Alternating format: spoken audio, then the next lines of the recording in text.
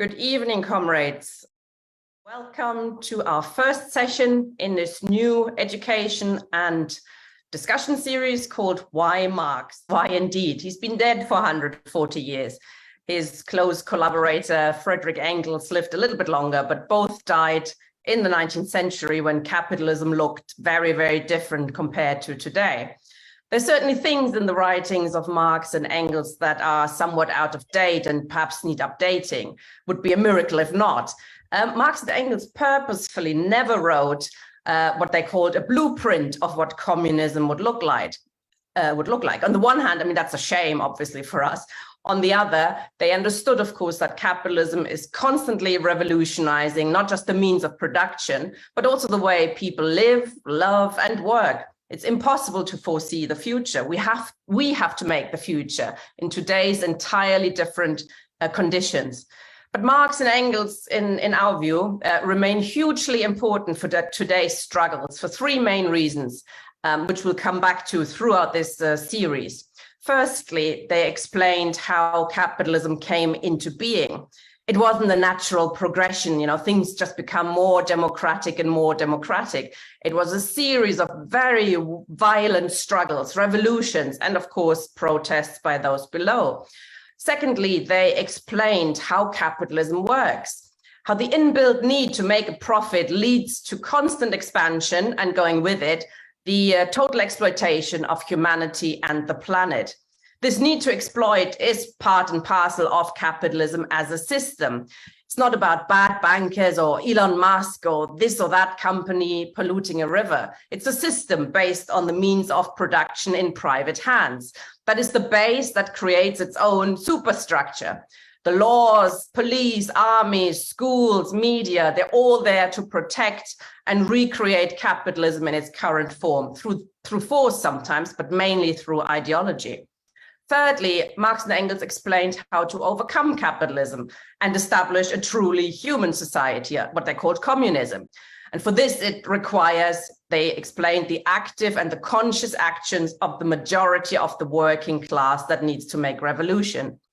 Marx and Engels were not just arguing from the outside. They weren't just theoreticians. They were that, obviously, but they were also activists.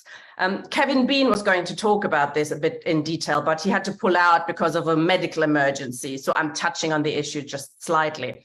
So if you have, for example, the collected works of Marx and Engels at home, you'll know that they've written an awful lot. There are 50 volumes in English, and that's just what's been translated into English. There's more. But they also threw themselves into the political struggles of their time, not just as cheerleaders, but critical participants who did not subordinate their politics. So they were very involved, for example, in the First International. They fought huge battles against the spontaneity of the anarchists who argued against party building and against winning over the majority of the working class. And much of their arguments, I think they're still prevalent today, and we can see some of them today, for example, in some of the green direct action movements. And as we said, the program of groups like Extinction Rebellion and Just Stop Oil. They have an actual program devised by Roger Hallam that you just need to win 3.5% of the population, because apparently that is enough to convince the government to take radical action if 3.5% support you. And the best way to, get 3.5% is perhaps to create chaos, make headlines, and more often than not, as we've seen, unfortunately, piss off the working class by blocking motorways, walking slowly through London, etc. Marxists should and do engage with these campaigns, of course, but we should stress that we have a rather different program. Firstly, we believe that fiddling about on the edges of capitalism will not and cannot stop the climate catastrophe. Stopping oil, for example, will not stop the climate catastrophe. Even if everybody on the planet had solar panels or electric cars, it will not stop the climate catastrophe. We need to do away with this whole system and replace it with a truly human society. And secondly, this can only be done if we win over the majority of the working class to a program for socialism, not 3.5%, not a putsch, not a dictatorship, but the extension of democracy, which we believe brings with it the liberation of all of humanity. We should say from the outset in this series The people who behind this series are not dogmatists. Well, we would say that, wouldn't we? But we do come all from different political backgrounds. Some of us are organized in left-wing groups, others are currently unaffiliated. We have varying degrees of experience on the left, and we disagree with each other on some issues. In fact, some of the sessions we are trying to seek out differences. We believe that helps to clarify and make ideas more accessible and for people to understand. So we definitely share the desire amongst us to critically re-examine what Marx and Engels have written, and to do so in a democratic and open way. And we do urge comrades to get actively involved in shaping this series, not just with contributions from the floor, but also as contributors and panel speakers. I'll put our contact details in the chat later. Next week, for example, we want to look at the question, what is socialism? Sounds easy, but it's actually quite a difficult question to answer. And you'd probably get a lot of different answers if you speak to people on the left. And there are different interpretations among us too. Is it the same as communism? Is it the transition to communism? Will the means of production still be in private hands? For how long, etc., etc.? We don't believe it's a problem that there are different views among us, but it's a sign of a healthy culture of debate. We do agree, for example, that in our assessment, the USSR and Stalinism had very little to do with socialism. For a start, there's no such thing as socialism in one country. Some of us think it was the opposite of socialism, because the working class clearly was not in charge. And we will come back to those questions in the series. The other key thing, though, and I think that is perhaps the most important thing for us, is that Marxist politics, the idea that the need for communism and revolution is very much for now, not for some time in the future that we put off, and now we kind of pretend to be social democrats or whatever. Marxism is a political method that should shape how socialists and communists today engage with the current strike wave, the green direct action activists, and the left in and around the Labour Party, and with others internationally, of course. So engaging flexibly and critically, but we should not subordinate our politics. And I'll finish with this short quote from the Communist Manifesto. In short, the communists everywhere support every revolutionary movement against the existing social and political order of things. In all these movements, they bring to the front as the leading question in each the property question, no matter to what its degree of development at the time. The communists disdain to conceal their views and aims. They openly declare that their ends can be attained only by the forcible overthrow of all existing social conditions.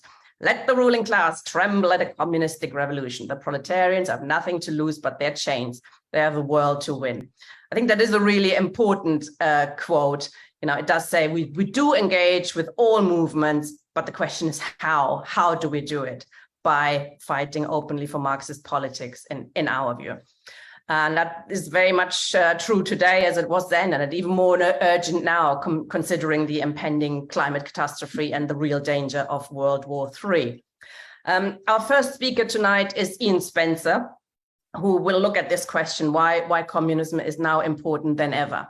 The format we're suggesting for tonight is he's going to speak 20 minutes, then Comrade Nick Rack is going to speak 20 minutes about our introductory statement, and then we're going to open up for questions and contributions from the floor.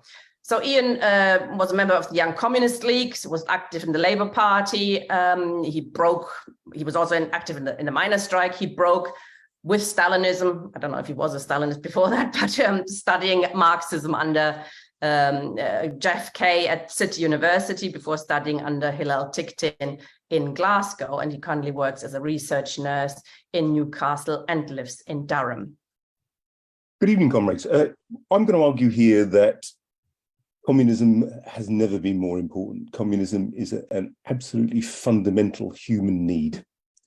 I'm using the term here, communism, partly because I wish to reclaim it, as I'll explain, but also because Marx and Engels use the terms communism, socialism, and a number of other snappy terms like the freely associating society of producers quite interchangeably. So I'm making a bid to reclaim the term communism. Marx and Engels use them interchangeably and with socialism, and so do I.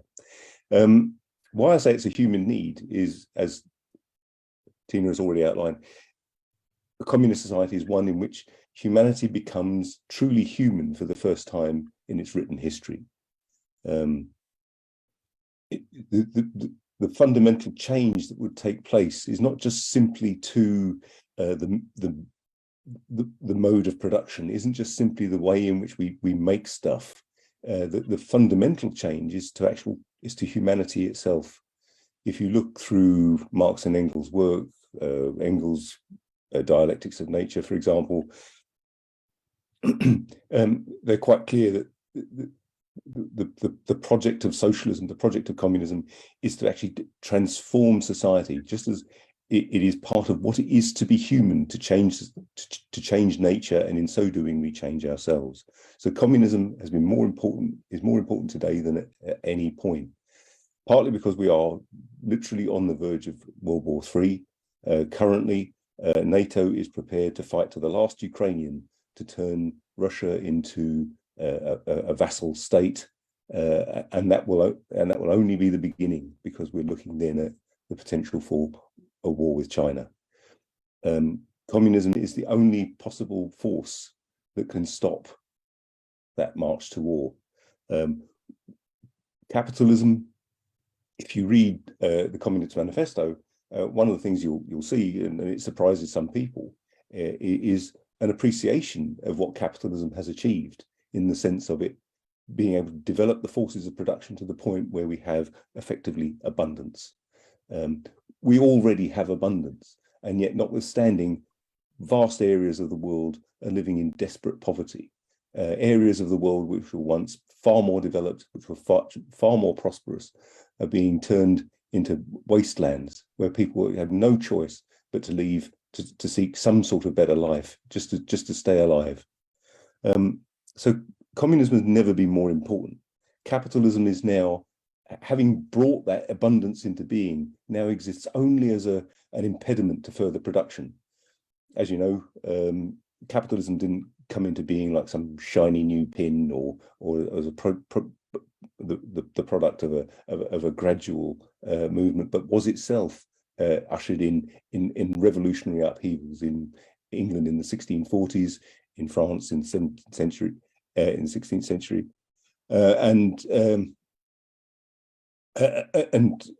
including, if necessary, the violent overthrow of the prior existing society.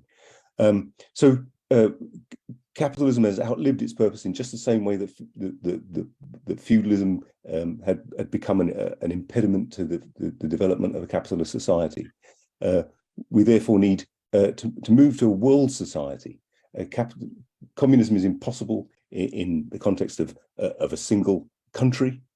So we're looking at a world society without borders, without frontiers, in which we fully develop the whole of humanity. So all production should be to meet human need. So we're looking at the abolition, effectively, of commodity production in favor of a rationally planned system of production to fulfill human needs. Now, by planning, what we don't mean is what existed in the Soviet Union. When you have a bureaucratically planned society, what you end up with is something which is even less efficient than capitalism. You have something which, unless you have the direct participation of the producers themselves, it's very difficult to actually know what it is that needs to be produced. Most people in their ordinary working lives can see the importance of this. Wherever you may work, whatever you do, you find yourself constantly at the behest of managers who use a top-down approach. And for most people, that produces an intolerable situation, both at work, but also it is less efficient. We could create a society in which without that genuine participative democracy, planning is absolutely impossible, because it's only really as producers that we can know fully what needs to be done. So planning has to be differentiated in the socialist sense from what had existed in the Soviet Union, the idea of a bureaucratic planning, and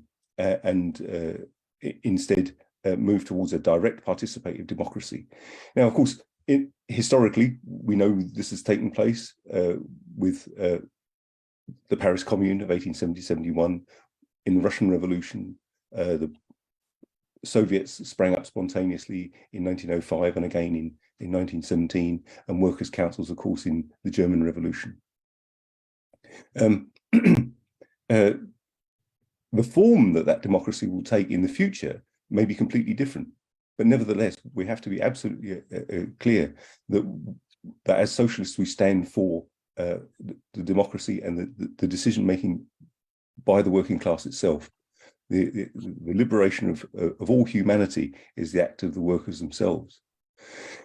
We already live in a society of abundance. If you think about how many people do jobs which are completely pointless, such as the police, the army, or whatever, that produces no useful, tangible gain for humanity. When you think about the numbers of jobs which could be effectively turned to meeting human need, it doesn't take too much imagination. If you think of all of banking and finance, which actually creates nothing of worth. I mean, even within the context of capitalism, finance capital operates as a parasitic form on industrial capital. So we already have abundance. We could have a society where, for example, the amount of necessary labor was no more than about 10 hours a week. If you were doing 10 hours a week in some sort of useful labor, and you could fulfill all your needs on the basis of that, would you mind what you did? I mean, one of the things that was interesting with Marx was people would say, well, to him, well, who will go down the drains? Or Marx's usual terse response was, you will. But in fact, look, there are always going to be jobs that have to be done. And moreover, jobs which actually meet human need. I'm going to try and focus a little bit in a moment on something kind of direct and tangible, such as human health. And if you think about the current crisis in health and social care, how many people would be in a position to help in health and social care if the organization of that was completely different? As Tina has already outlined, the base of economic society in capitalism shapes that superstructure. So the organization, for example, of healthcare in the context of capitalism is actually not healthcare at all, but, if you like, disease care, or a kind of distorted version of what we might regard as health. So the whole aim then of communism is actually the realization of human potential, not just simply changing the means of production, but moving to a society where all production is to meet human need and to the full realization of what it is to be human. So in looking at what communism is, what it isn't, of course, is Stalinism. And for those of you who were, I don't know, when I joined the YCL, it wasn't because of an overwhelming desire to liquidate the kulaks as a class or whatever. I was just simply a 13-year-old boy in 1974 who could see that the Labour Party was no friend to me as a working class lad in London. As far as I could see, that there had to be another way, a way in which working people had some control. The fact that I didn't understand what the Soviet Union was until much later, it shouldn't come as any great surprise. So what communism is not is anti-democratic. So whichever organization comes out of the present to kind of face the challenge of a new socialist order, the organizations that we need cannot be anti-democratic. We've lived through a situation where many of the organizations on the left have frequently been more Stalinist than the Stalinists. And we have to be able to organize ourselves in such a way. I mean, many of the groups which defined themselves as anti-Stalinist were themselves behaving in a way which was quite repellent to people who joined them. So we are for democracy, and we are for discussion, and we're for the development of an internationalist position. Another thing that communism most definitely isn't is about state control. Nobody's actually, once you talk about what socialism is, and Nick we'll talk about this much more later. Once you talk about what socialism actually is, nobody's actually opposed to it. If you said to someone, look, here we could have a society where all your needs could be met with just a modicum of necessary labor, and have a far greater distribution of the wealth around the world, no one will be, in fact, opposed to it. What people are opposed to is the idea of state control. Ultimately, a communist society will see the end of the state in all its forms, the withering away of the state after a brief period in which the bourgeoisie has to be repressed. And let's just take another example. Let's just take the NHS. The tendency, I rejoined the Labour Party as a 3-quid Corbynista at one point. And in response to the usual question about, tell us where socialism has ever worked, Jeremy Corbyn at one point said, well, the Labour government of 1945. The idea that the NHS, for example, is a kind of little island of socialism in a capitalist sea is absurd. If you look at what the NHS developed from it, there was an NHS before the NHS. It was a hodgepodge of poor law institutions that were funded out of the rates, often organised on a county-wide basis, including the asylums. And there were poor law hospitals, and there were also voluntary hospitals, and of course some private provision. And what you had in 1948 is the nationalisation and rationalisation of that, and turning it into a society where healthcare is free at the point of delivery, which I am completely in favour of. I would defend the NHS with my life, because, not least of which, because my daughter is completely dependent on the medication that comes from there. Without the NHS, she would have died in her first year. Free medication, free healthcare would be a demand of any socialist society. The other aspect of it, which is definitely part of a socialist program, was that the distribution is according to need. You don't get an equal amount of healthcare, you get the healthcare you need, in just the same way that you get the housing you need, or you get the transport you need, or whatever else. So the idea is that the NHS could be something completely different in the context of a communist society, one in which was under democratic control. And this is vitally important, and I just want to illustrate it in just one little way. Capitalism is killing us. If you look at average life expectancy, it is directly related to income differences within society. If you want to live a long and healthy life, then the best way of doing that is to choose your parents well, first and foremost. The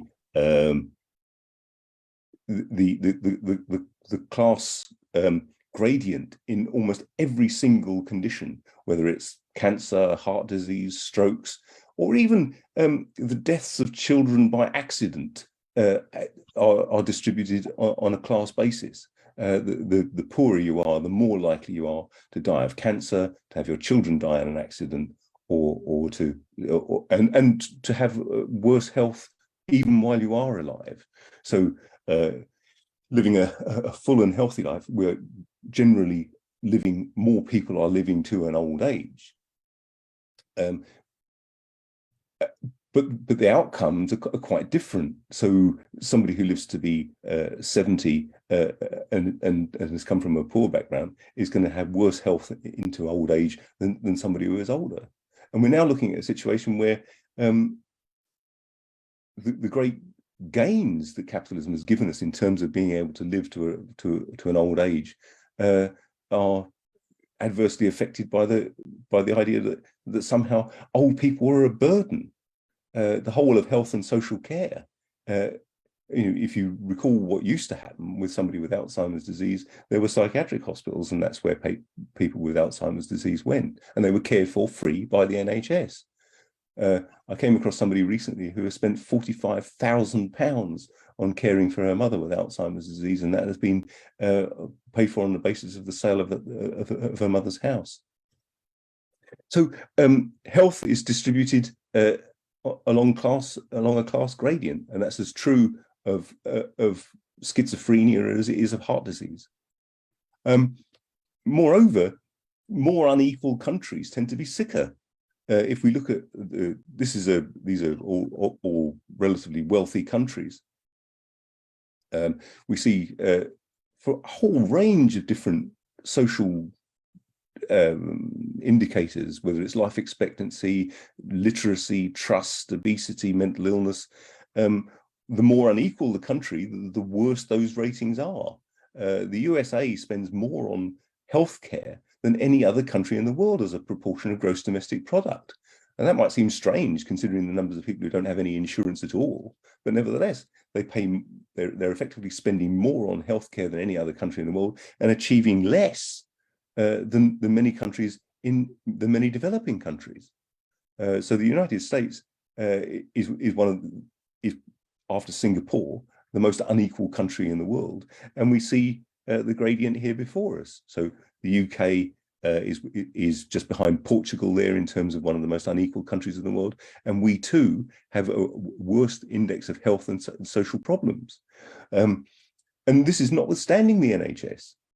Again, I must reiterate, I would defend the NHS with my life because the alternative, which is exactly the direction we are heading towards NHS style, towards US style health insurance, is what is planned for us. But compare this, for example, to Japan.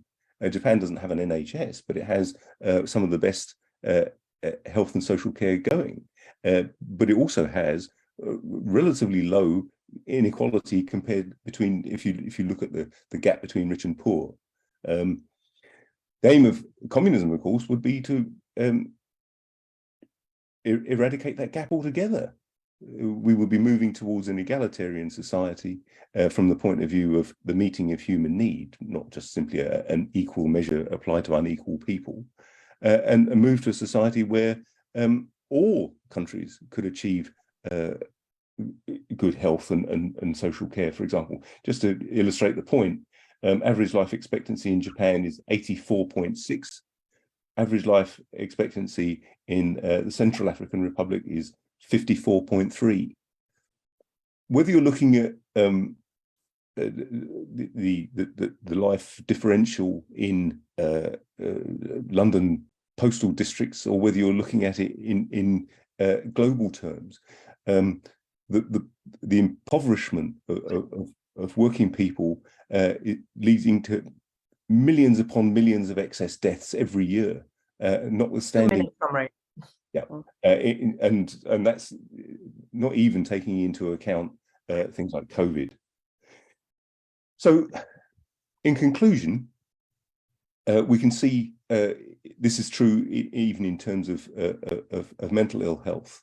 The point about communism, from my point of view, from the point of view of this group, I believe, is that the realization of communism will be the realization of what it is to be truly human, and the realization of a full human potential.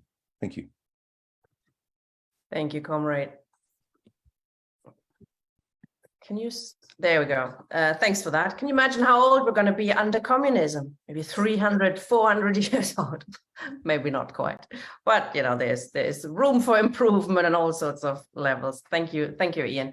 Our second speaker is Nick Rack, who will speak about our introductory statement. I'm going to put the link in the chat in a second, and how Marxists should and could organize today. Nick's been an active Marxist since 1979. He worked as a full-timer for the militant tendency from 83 to 96. He was a member of the Central Committee and Executive Committee, and for a while he was the editor of the militant paper. He left militant in 96, and he's since been involved in various left party projects as a Marxist, and learned what he believes to be some useful lessons from these experiences, probably not all positive. He lives in London and works as a criminal defense barrister, and he's recently begun a blog called Talking About Socialism from a Marxist Point of View. I'm going to share that in the chat as well in a second. Okay, thank you, Tina. Thank you, Ian. And welcome to everybody to this meeting. I can see from the chat that there are people as far away as Indiana in the United States. I don't know where else people are from. So thank you for tuning in. And I hope that this is going to be the first of many, I hope, successful discussions. I have to say that the older I get, the more convinced I am of the need for revolutionary socialism. And what I mean by that, I don't suppose we all share the same language, the same terms. That's part of the problem, that we all come from different backgrounds, and some of the time we have to get over the hurdles of the different phrases that we use in order to understand what we're all saying. But I believe, as Tina and Ian have also expressed, that this society is destructive, rotten, and has to be swept away. You cannot look at any single country in the world and say that the population is doing well. Every single country, there is a tiny minority who are doing well, and the vast majority, where there's a range of incomes, from those who are completely destitute, impoverished, to those that might have a reasonable income but are working many hours a day, perhaps 2 jobs. I get on the train, I get on the bus now, and I see people in suits, and at 7 o'clock in the morning, they're on their computers, they're on their phones, they're working. And what we've seen is, through technology, through computerization, the extension of the working day, where technology is not used to improve the position of workers, but to imprison them even more for their bosses, the owners of capital. And so every day I'm more convinced that this whole system has to be consigned to the dustbin of history. And as Ian put it, we need a new society in which people can become human, truly human, really human, for the first time in a long time since what's been called Communism or primitive communism, when people didn't have all the technology that we have at the moment. There was no private property, property was in common, but it was on a much lower level of production than we have now. But what that period of a hunter-gatherer society shows is that the main argument that is used against communists is a wrong argument. It can be easily demonstrated to be wrong, and that is, you might get a range of answers. If you say you're a communist, you say you're a socialist, you want to get rid of capitalism, you tell them about the wonderful things that Ian's talked about, the abolition of classes, the withering away of the state, the fact that everybody will be cared for, everybody will get what they need, everybody will contribute what they can. And they say, oh yeah, well, you have a point, yeah, it's all very well in theory, but human nature, it wouldn't work. And we have all the arguments on our side for why we need to get rid of this system. And the arguments about human nature are very easy to confront and to answer. That human nature, the way that we relate to one another, the way we think, the way we act, is a consequence of the way that society is organized. If we change the way that society is organized, we begin to change the way that we think, the way that we relate to one another, the way that we treat one another. And all the old crap, as Marx put it, disappears. So communism, socialism, I agree with Ian. Marx and Engels use them interchangeably. They were talking about a classless society where everybody worked, if they could, to the extent that they can, and where everybody's a worker, nobody's a boss. You have no class differences. And you can immediately begin. You don't have to get up tomorrow morning and go into work and be nice to your boss. it begins to change the whole way that you look at life. Ian again talked about how technology that we have at the moment could free us so that we could all become improved human beings, spend more time with our loved ones, with our families. I could spend more time on my guitar and learning Spanish. People could do all sorts of things that they've never dreamt of, which are, for the most part, the privilege of the elite and the children of the elite. They have access to all sorts of things that our children don't have access to. And so the arguments for communism, I think, are vast and very easy. I think, in fact, they are common sense. I believe that if communists put forward their arguments boldly and confidently and with passion and with vigor and enthusiasm, we can persuade not just a few, but many, many, many millions, if not billions of people across the world, that a new society is not only necessary, but possible. And the only impediment for that possibility becoming a reality is because people aren't conscious of their own working class power, the power of the international working class. You only need to think about the world's population. What is it now? 7-point-something billion. How many few 100,000 of the owners of the major capitalists there are?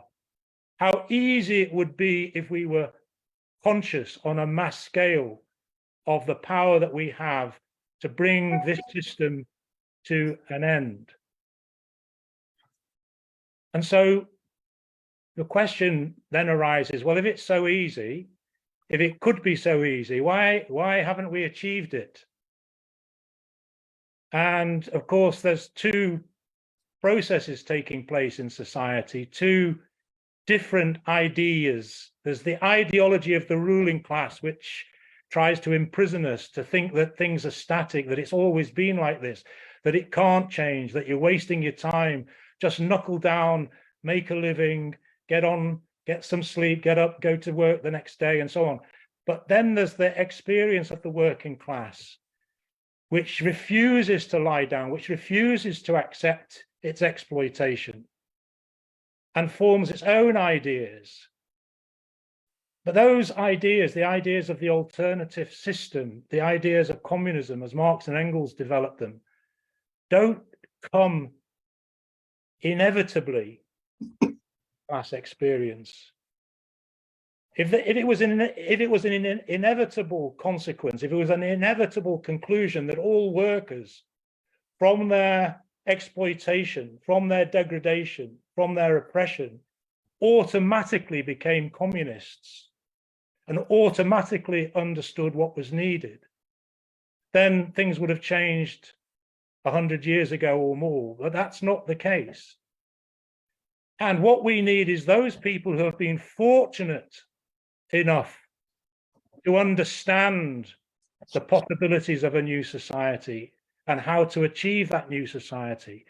Those people, those of us on this call, many, many other people in different countries around the world, but who are not in touch with one another, we have to organize to try to take those ideas of fundamental, of revolutionary change to other members, other sections of the working class. If you like to use a religious analogy, we have to take the good news that this system doesn't have to exist, the good news that we could do something different. Now, throughout my time as a Marxist, I've been continually surprised, although I no longer am, by this strange phenomenon. And it's this. So many Marxists that I've come across in the labor movement, I'm talking about Britain, I assume it's the same elsewhere. So many people that say they're Marxists, and I've got no reason to doubt them, When it comes to arguments, I'll take the last 5 years in the Labour Party. When it comes to arguments in the trade unions, I've been to many. When it comes to arguments on the picket line or in the pub, perhaps in the pub you get more discussion about Marxism. But for the rest of the time, Marxists have this terrible tendency to argue other people's arguments. And so when Tina says I had some experience and some lessons that I'd learned from projects to create new parties in Britain as an alternative from the Labour Party, what I've experienced in every single attempt is that most of the Marxists have argued for what I call a reformist program. And their argument is, if you put forward your Marxist ideas, if you put forward your Marxist program, you'll never get anywhere. Well, my answer to that is very simple. If you don't put them forward, you'll never get anywhere, because all you're doing is building the arguments for other people whose arguments cannot achieve a single thing, nothing. And so we have in the Labour Party and the trade unions in Britain, with a few exceptions, not very many, and the same around the world, the people now have the leaders, the MPs, the members of parliament, who say that they are socialists, probably for the most part don't even understand the word. If they mean anything by it, they mean a little bit of nationalization here and there, a little bit of state intervention here and there. Essentially, it's serving up the same cold curry from last night's takeaway with a little bit of pepper and salt to spice it up. It's the same rotten deal. They have no alternative. They've swallowed Thatcher and Reagan's ideas that there is no alternative. Sorry for that, Tina. There is an alternative, and it's what Ian and Tina have talked about. It's the alternative of communism. So what do we do? Well, first of all, we can start by calling ourselves communists or socialists, if you like, but explaining what we mean. Tina shared a link earlier. It was the last part of the Communist Manifesto. Communist Manifesto, in a few weeks' time, will be celebrating 175 years of the publication of the Communist Manifesto in Germany in 1848. And it starts off, as most of you, if not all of you, will know, a spectre is haunting Europe, the spectre of communism. And then a couple of paragraphs later, it says, it's quite humorous in a way. It's sad, actually. It says, it is high time that communists should openly, in the face of the whole world, publish their views, their aims, their tendencies, and meet this nursery tale of the spectre of communism with a manifesto of the party itself. And that's Marx, with the assistance of Engels. They wrote it at the end of 1847, and 175 years later, we're still asking Marxists, please don't hide your ideas. It's a very strange situation, it strikes me. I was brought up as a Catholic. I went to a Catholic school in Salford in the north of England. It produced quite a number of Trotskyists, strangely, for some reason. But it often makes me wonder, how is it that in the 21st century, with the science, the understanding of the solar system, the way the planets work, the technology that we have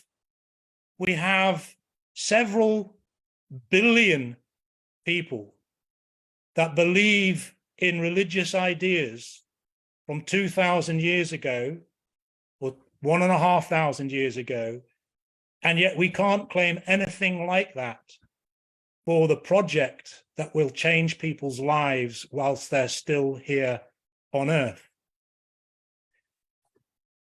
The ideas themselves are absolutely key. I've set out, we've set out in the introductory statement what we are trying to do. We're trying to open up a discussion on the ideas of Marxism. I'm sure there are going to be differences. That's not a problem. We can debate as comrades any differences.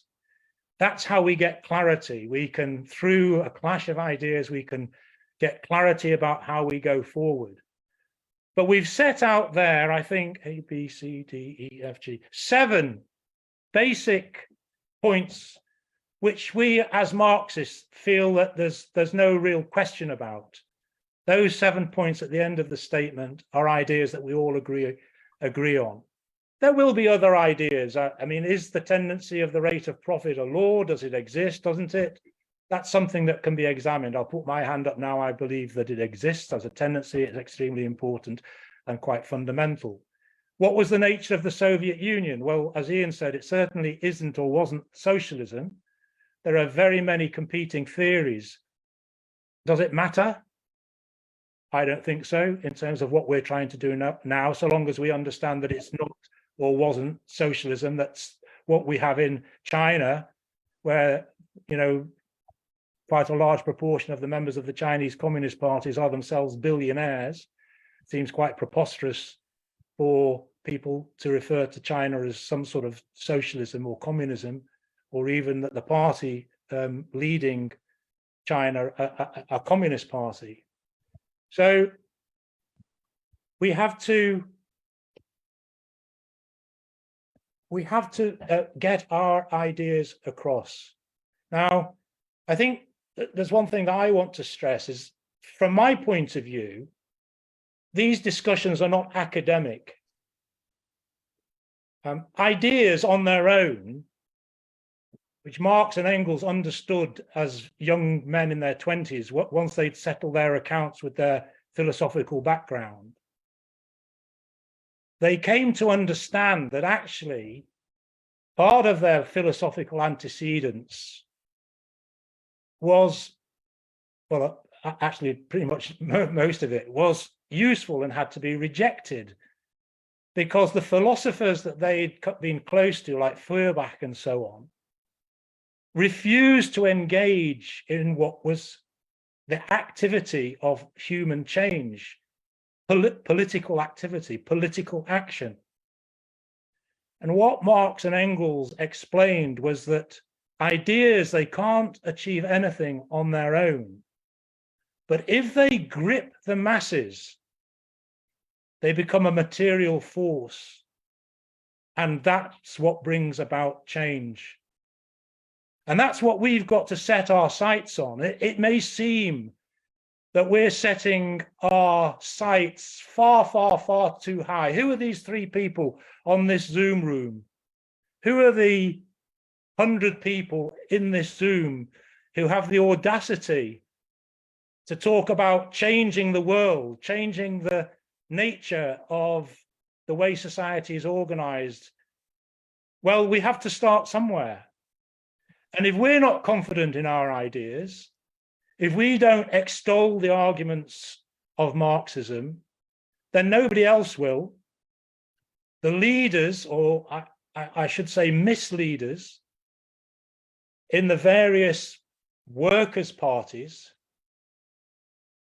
are at best incompetent, at worst treacherous.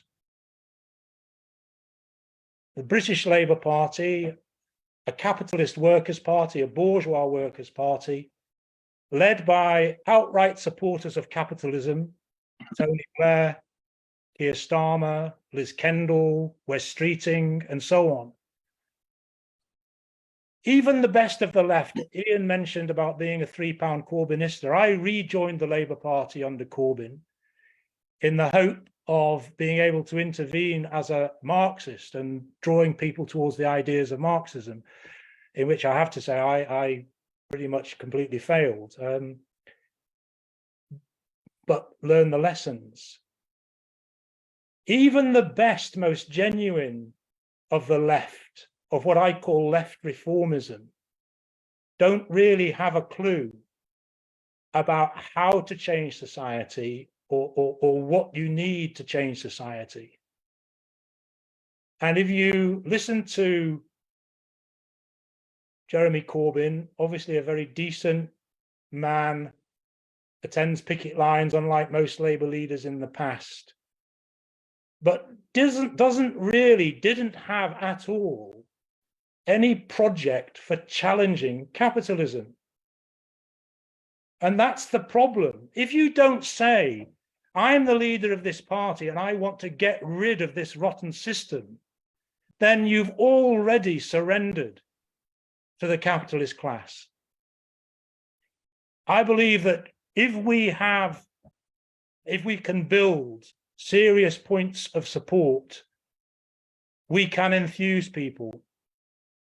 I've spoken for longer than I'd anticipated on points, but what I'd like to finish on, I've been 90 seconds, is this.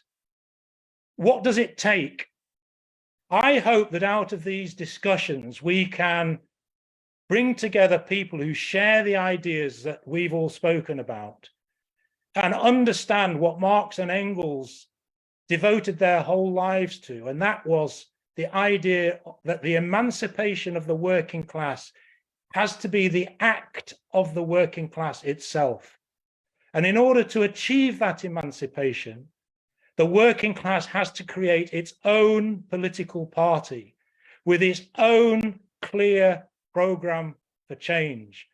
And that is what we need.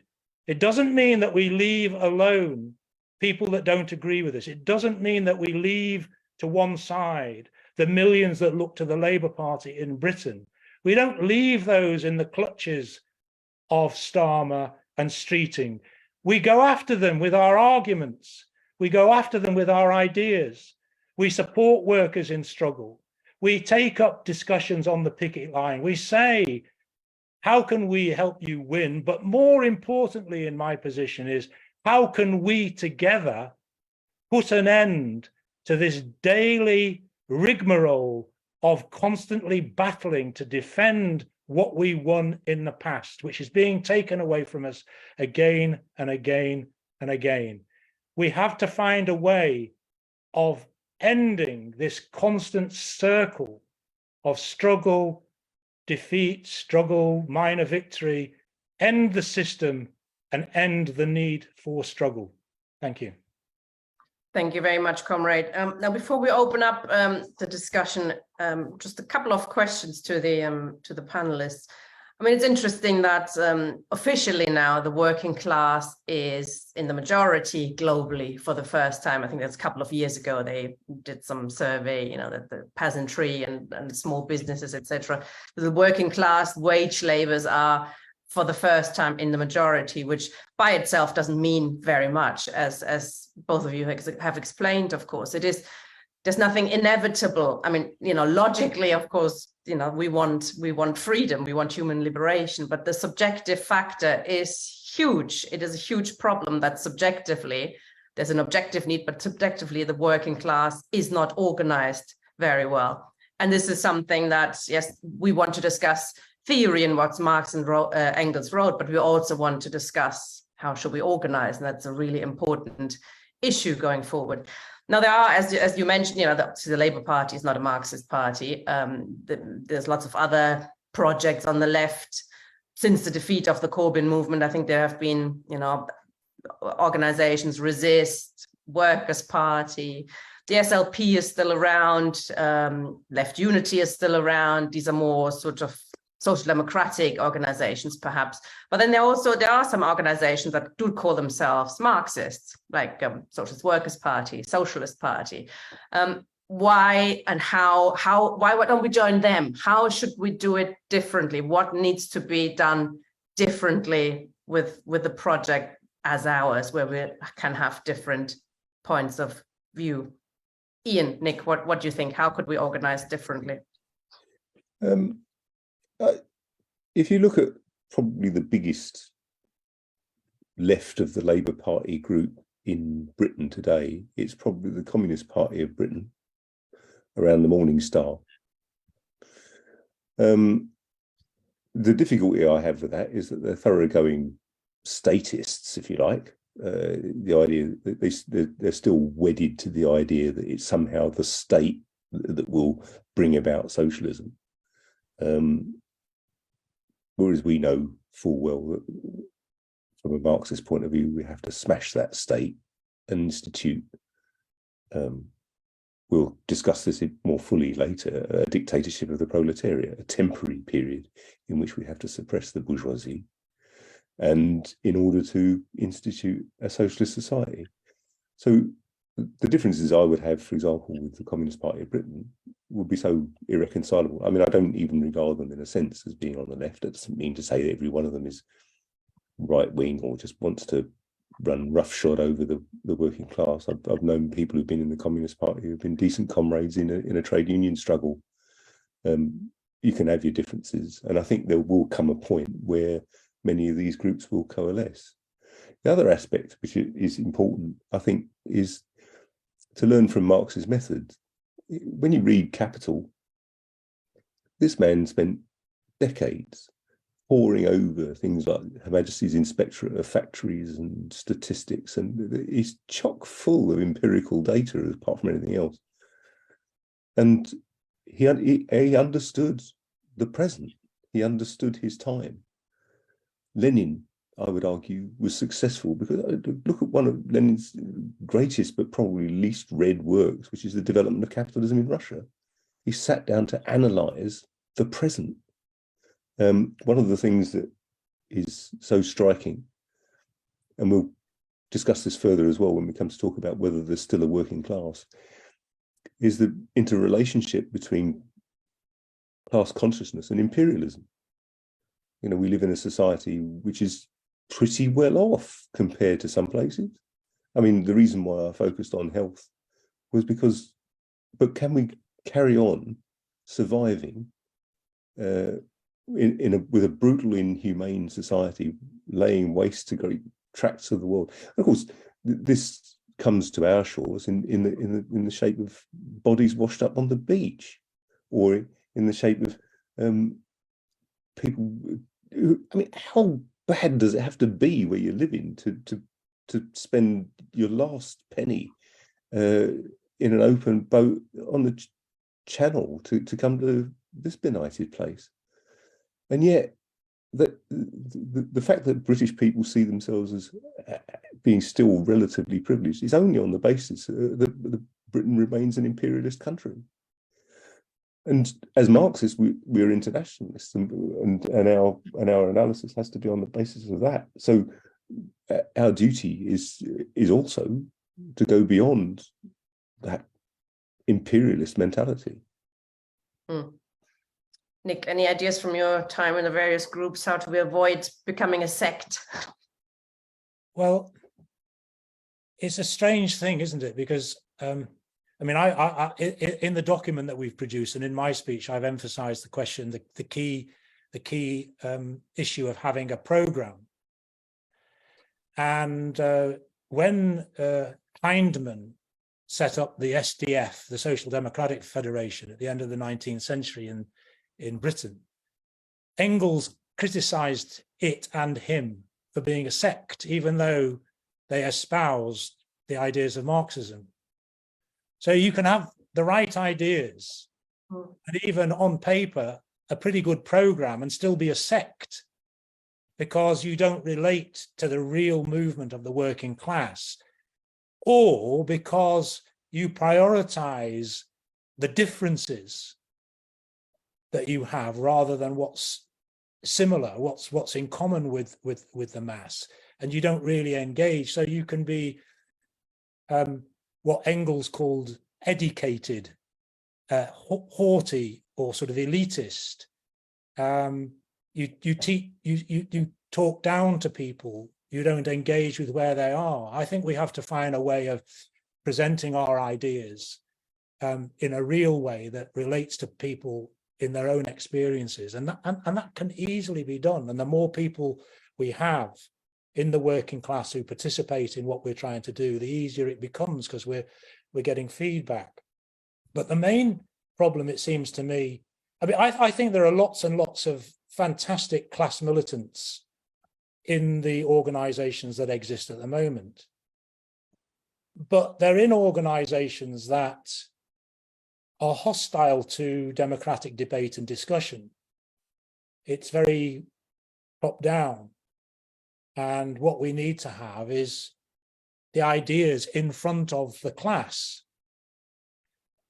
If you read Marx and Engels and what they did, Marx loved an argument. He saw it as an opportunity to present his views. And when they were working in the International Working Men's Association, Engels had warned in advance that he wasn't so convinced as Marx. When Marx was invited by the people that founded the IWMA, Marx said, yes, I'll get involved. Engels was a little skeptical, and he said, well, we'll have to split with these people at some stage. And Marx saw it as an opportunity to present his arguments. And he had a phrase which in Latin, which I can't repeat in Latin, but it was firm in the argument, smooth in the presentation, basically be patient. And through that, he was able to defeat the Proudhonists, he was able to defeat the Bakuinists, the Blanquists, and so on. And in the end, he did fall out with leaders of the trade union movement and so on, who went or were tempted to go and form liberal Labour alliances, and he broke with people. So one of the collaborators from the Chartist period, Ernest Jones, was a close collaborator of Marx and Engels. They broke with him when he went seeking middle class alliances. But you have to make the arguments. There's two things that I think our movement needs. It's a sense of urgency and a sense of patience. And the two may seem in conflict, but they're both absolutely essential. Because the other thing about Marx is he often counseled what could be called revolutionary restraint. It's not all, revolution isn't always, let's go tomorrow. We've got to make sure we're ready. I don't think we're in a position at the moment with the small forces that we've got, that can change through struggle and change through presenting our ideas in that struggle. And most people don't learn from books, they learn from experience. But we have to be there helping them to draw the right conclusions. So I think the thing that can turn you into a sect is when you prioritize differences, you don't relate to people, and you put your own group self-interest above the needs of the class. So our ideas are irrefutable. So we should be completely confident. And through these sorts of debates and discussions, hopefully we can get other people, well, lots of other people, to have the confidence to go out and proselytize, to try to persuade people, to evangelize, to try to win people to the ideas which will change humanity forever. It also requires, I think, democracy to a large degree, a new party, to avoid becoming a sect. And the fact that minority views can be heard and they don't have to be brushed under the carpet, and you don't have to keep them quiet like a lot of smaller Marxist organizations, or Socialist Workers' Party, etc. They will come out with one view, and that is the view, and then the majority changes, and then suddenly the line changes and nobody is any the wiser. The working class has no idea what happened there. They just changed and nobody's learned anything from it. I think that is a hugely important issue, democracy. I completely agree with that last point, that any party that is created has to have democracy built in from the beginning. If it's not built in at the beginning, you'll never get it. Yeah. You can lose it, so you have to be vigilant, but it has to be there from the beginning. Yeah. There's an interesting comment, perhaps before we bring in contributors from Jeff. He says, and it's quite a common point of view, a Marxist party would be a mess. A party to speak for the working class cannot be based on a narrow body of beliefs. Begs the question, if social democracy is, because it's so broad, can it actually achieve anything? The idea of the broad party, we need to wait for the unions, etc., to do something versus the Marxist party. How do we bridge that gap? Any ideas? Go on, Nick. Well, I'd say the opposite is true. You can't build a party that doesn't know what it's about. Mm. What is a party? A party is a group of people that come together to achieve something. If you've got a party where the dominant ideology is simply to get into government, which is what essentially the Labour Party is about, then that's what's going to be its aim. It might dress it up as improving the lot of this group of workers or that group of workers, but for the most part, they don't even do that. And so it will achieve nothing. It will achieve parliamentary salaries for the Labour MPs and for their hangers-on, and some of them may get extremely well-paid jobs afterwards, but it won't fundamentally change the position of the mass of people. Whereas if we persuade large numbers of people of the importance and necessity of our ideas, then at least we know where we're going, and the success or otherwise of the party can be measured against its objective.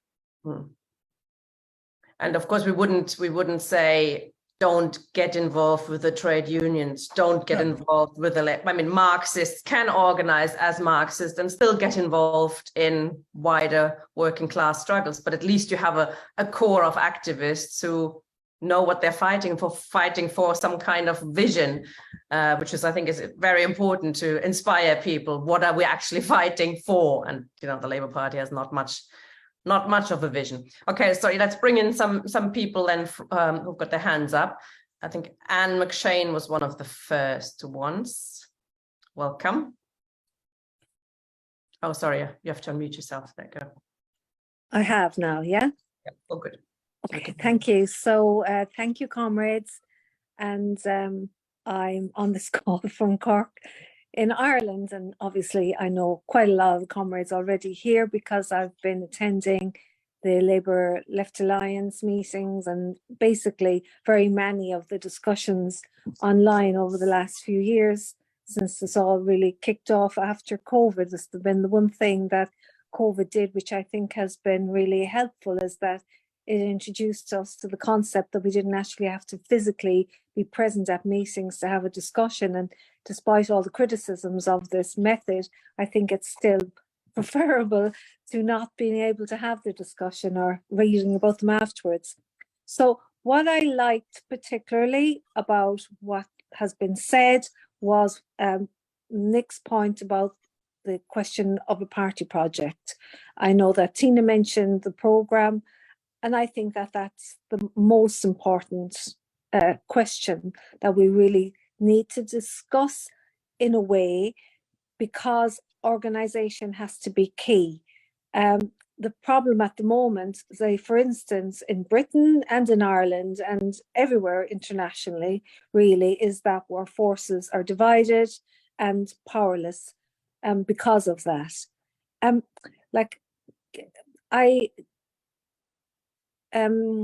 Nick spoke about the need to, go out and win people, and that socialist ideas are not inevitable through the struggle of the working class. And of course, I agree with you, it's not an inevitable aspect of the struggle, but very many people would be open to socialist and communist ideas, Marxist ideas, if there was a real organisation in place that looked like it was serious about the project.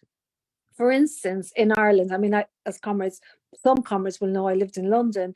I'm a supporter of the Weekly Worker, CPGB, and I was a member. And stood in elections and was very involved for many years. And since I've come back here to live in Ireland, what I found is that when you speak to people, and I live in the town that, you know, I grew up in, when you speak to people who wouldn't call themselves political, they generally will agree with you when you talk about socialism. But the point that they'll make is, how are we going to get there? You know, they'll point at the experience of the Soviet Union, which is something we do have to deal with as being a blot on our project in terms of what it described itself as, and what, you know, and how bureaucratic and undemocratic it was. But also because I think people cannot see an alternative. And if you're in that situation, unless you're a sort of dedicated person who really wants to go to meetings when other people want to do other things in their lives, you know, that's probably, you know, that's a very reasonable point of view to have. In Ireland, maybe it was around 8 years ago, we had an initiative, the United Left Alliance, and the Socialist Worker Party and the Socialist Party came together with some other groups and decided to kind of, was it a party, wasn't it a party? That was always the question. In any event, it proved a success to the extent that there were at the time, I think maybe 7 TDs elected to the Dáil, and now there remain 5. But what happened was that there was a problem of who controls, and there was a problem of not being able to say what you think. So basically, because none of the groups wanted to kind of really commit to the project, they only wanted to recruit to their own organizations, the whole thing fell apart. And while we now do still have 5 TDs in the Dáil who describe themselves as socialists, and obviously that's not, you know, that's a good thing in many ways, we don't have an organization, so they all have their own groups. I haven't been able to join any organization here since the collapse of the United Left Alliance, because of the fact that I do openly publish my views. And recently I tried to join the People Before Profit Alliance, which says it's an open alliance, etc., etc., etc., broad basis. And then I wrote an article criticizing Richard Boyd Barrett for basically his ambitions for ministerialship under putative Sinn Féin minority government. And I was a member for like 4 days, and then I got kicked out. Okay, so sorry, I have to come to a conclusion. I suppose that is my experience, and I think it's worthwhile us considering that fact. Oh, there's Will McMahon. Oh my God, there's a voice, a face from the past. Yes. Okay. So yeah. So I mean, I absolutely agree that, you know, communists should not hide their views, and I think perhaps, as Will says, that was always something that he could rely on me to be open and you know, like to say what you think. It absolutely has to happen. Okay, all right, listen, I'll let it go because I'm conscious of the fact I'm speaking for too long.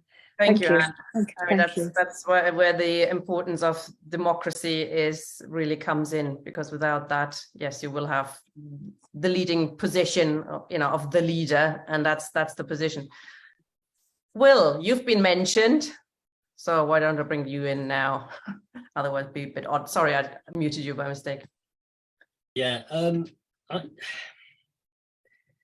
I think there's a really good reason why people don't want to, if I can be maybe controversial, there's a really good reason why people don't want to use the word communist.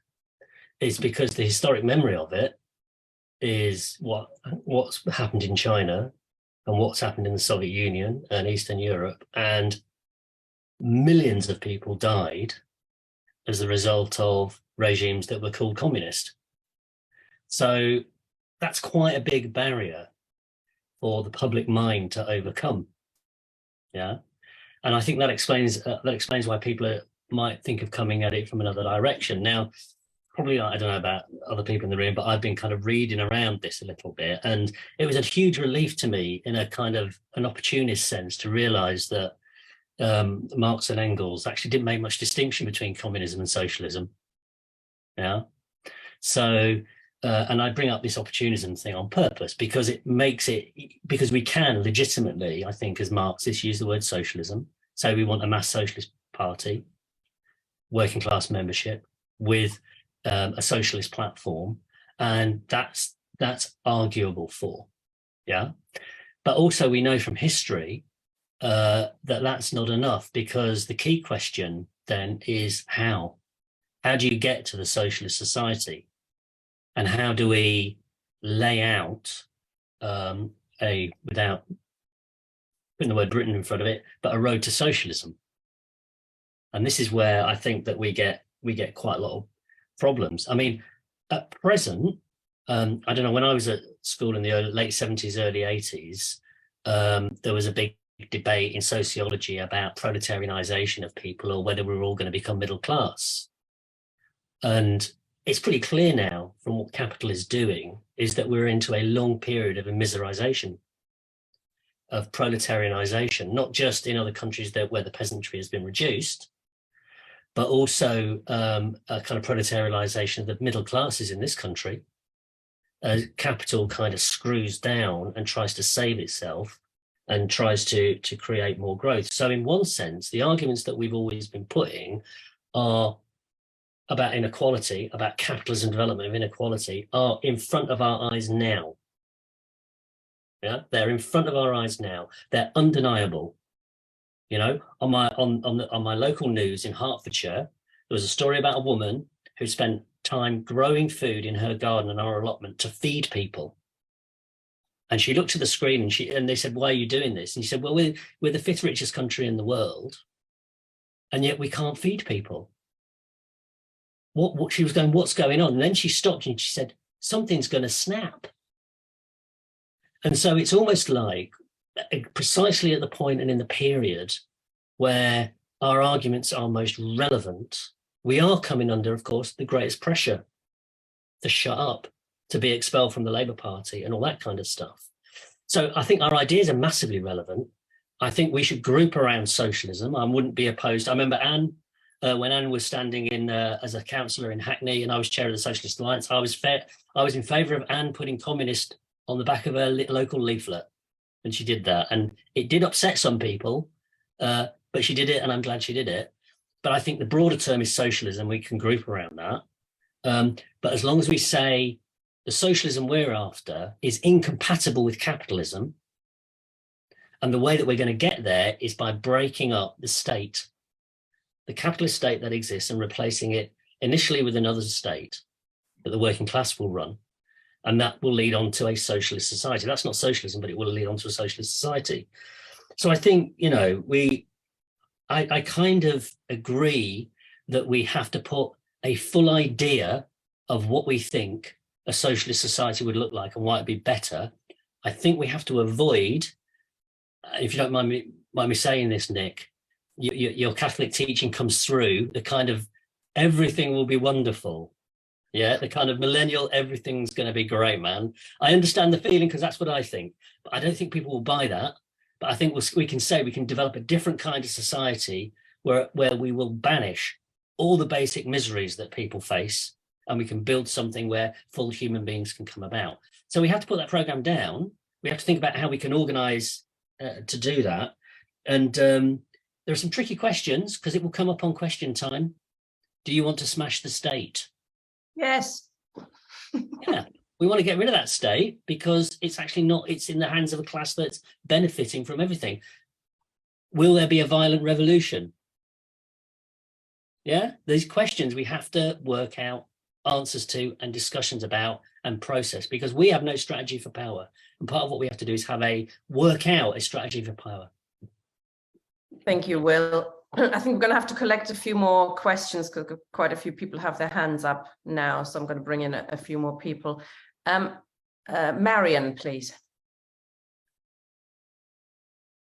I'm very happy that this is happening. I think it's long overdue. And I've been very disappointed with what's gone on with Red Line TV, which isn't as open and democratic and is very top down now. And that's a shame because it has the potential to be a really good form of communication and to win the battle of ideas that we've got. And to be honest, none of this is new. If you look at some of the American SWP literature from the past, when Cannon wrote Socialism on Trial and things like that, it's something the movement has had to do from time to time. But for me, democracy is key.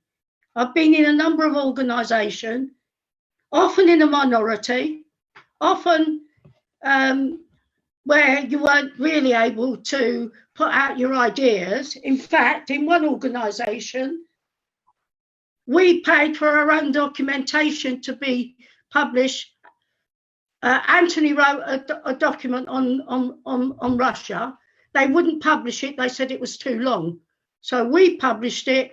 They did allow us to circulate it, but other people were writing reams and reams, but they were in small sections. But if you don't have real democracy, how are you going to win the hearts and minds of people? Now, the other thing I feel really strongly about is if we're going to win, we have to win and change the consciousness of people. And that's a big task. We've got the ideas, you know, we've got, not that we've got all the ideas, but we've got many of the ideas. We've got many of the solutions for people. I mean, and Will's right, poverty in this country, it's not on the scale of in the so-called third world, but it's real. Many days, my next door neighbour does not have any gas or electricity. It's very hard for her to get the help that she needs. It's like a barrier. So how do we change it? We have to start from the consciousness and the material reality that people are living in today, and we have to find ways of trying to communicate. And one thing that brought this home to me, a year or so ago, my one sister said to me, the trouble with you, Marion, and your people like you don't talk to us enough. You don't tell us what's happening enough. You could win many more people if you were more open to talking to people. And I think that's key. We've got material. We've got loads of ideas. We've got to have the confidence to go out and fight for them. And if we do that, we can win more and more people over to a Marxist ideas. And I think it is key that we address the question of the crimes of Stalinism. Some of us never went along with that. Some of us maybe not. But I also think sometimes, how did I become, I mean, I'm probably the most left-wing person in my family. How did I become a revolutionary? I mean, I thought I was a communist before I really understood what that word meant. But how did I change? What influenced me? And I'll tell you another thing. When I started getting around, I think Red Mole was around. I always had an orientation to the Labour Party, coming from working class in London, and I knew the difference between what life was like under a Labour government and what it was like under a Tory government. And one thing that put me off joining, I think it might have been the IMG at that time, I'm not sure of the name, was that their attitude to the Labour Party. And another thing that I got involved in the National Abortion Campaign. I wouldn't wind up now, but this is an important point. I got involved in the National Abortion Campaign. And that was one of the campaigns that I joined a very small organisation because of their attitude on the Labour Party, and I thought they had a thorough understanding, and B, their attitude to organising the women and the other oppressed groups. And I think, you know, when you look back sometimes and ask those kinds of questions, you know some of the processes that people go through. But the key is we have to be bold, and we have to fight for our ideas, and we have to fight for democracy. Yep. Thank you, comrade. Also, I think you point to an important issue is spreading our ideas. You know, we need to make more use of media, and these kind of meetings are certainly a step in the right direction, I think, but there could be more done.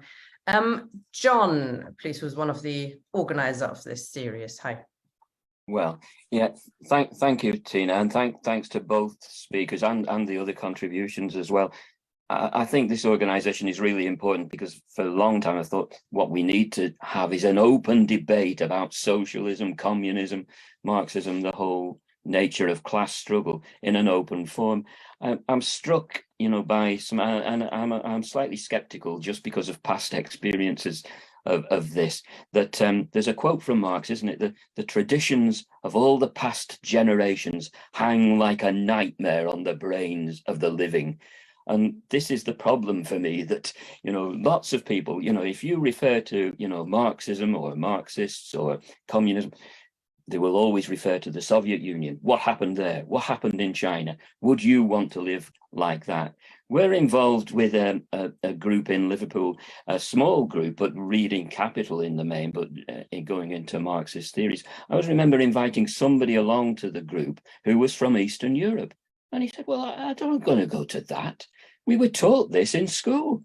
We were taught Marxism. It was the state ideology. It was our experience. I don't want to hear about that. It's not relevant, and it's something that I would oppose. Now, I have to say that, that's not only the experience about what happened in the Soviet Union and the distortions about, what Marx's ideas were turned into, but it's also lots of experience within left-wing groups. That their experience within those groups is a very dogmatic teaching of what Marxism means, what socialism in their view means, and there's very little really democratic discussion. So I agree with what some of the speakers were referring to, was about the need for an open discussion, and that any definition of socialism must be democratic. The emancipation of the working class must be the work of the working class itself. Nobody else is going to do it for them. So that would be the starting point. Having said that, then we have to discuss what we mean by socialism and communism. And I agree, I think, with Ian, who said this, and Nick probably, that in my view, the terms are interchangeable. But the way Marx used them and as it arises from his writings is very little discussed.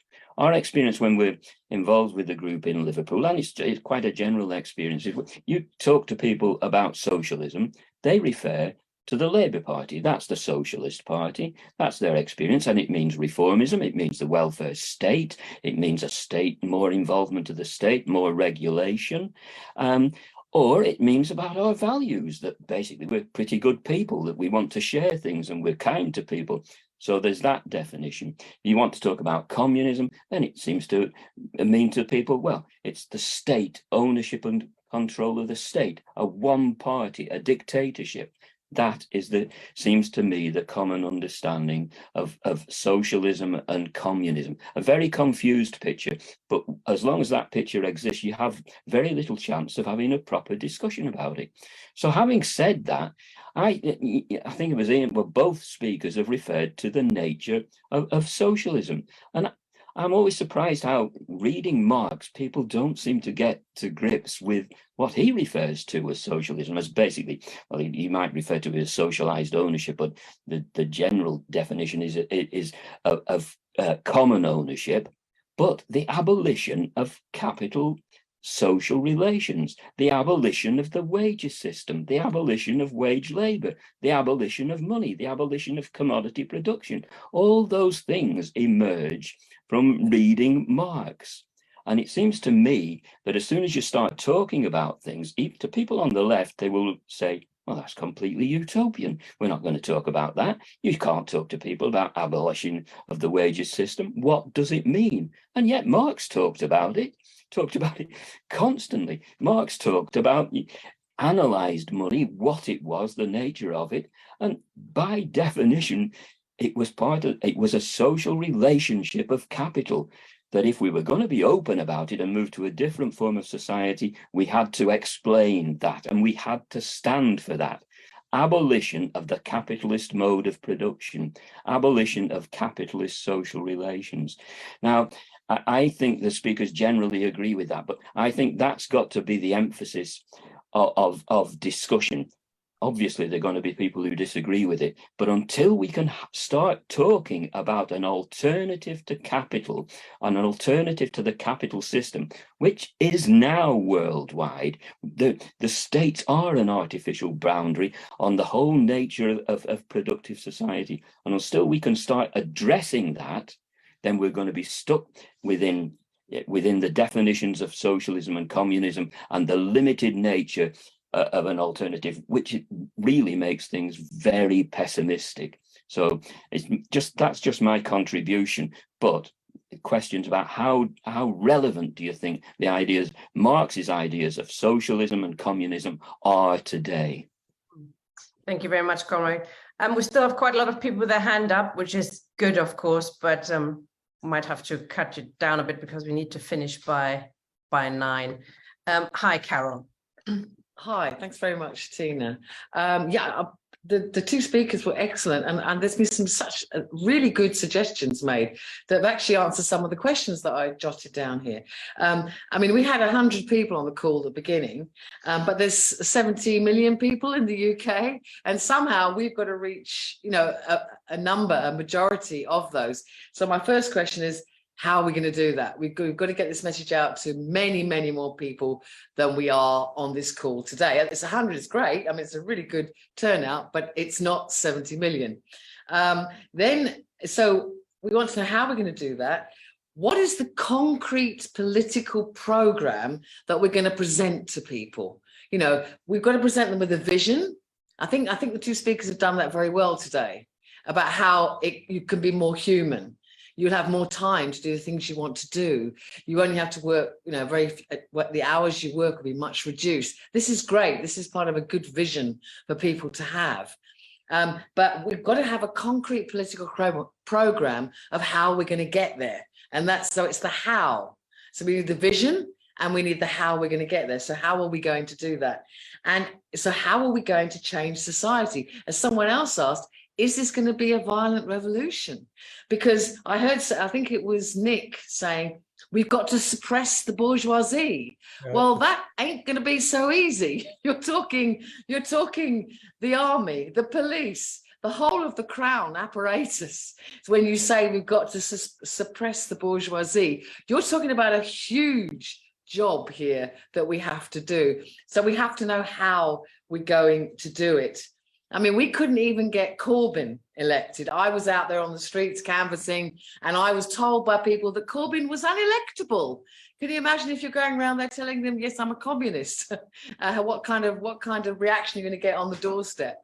So, I really enjoyed what you were saying, Ian and Nick, and also I think it was Mick as well. I really enjoyed what you were saying, but how are we going to get there? We have to convince, even in England, we've got to convince, at least 35 million people that this is a good idea. So how are we going to do that? And what is the program we're going to present them with as to how we're going to get there? So we want the vision and we want the program to get there. And I think talking blithely about suppressing the bourgeoisie, that's a big, big ask. And so I ask you, how are we going to do that? Thanks very much. Thank you, Carol. It was actually Ian who said it. But, it was Ian, sorry. Yeah, doesn't matter. It's a commonly held view on by some on the left. Yes, it's a question we will return to, and I'm sure the speakers will be talking about it in their summing up as well. Hi, Minnie. Hi.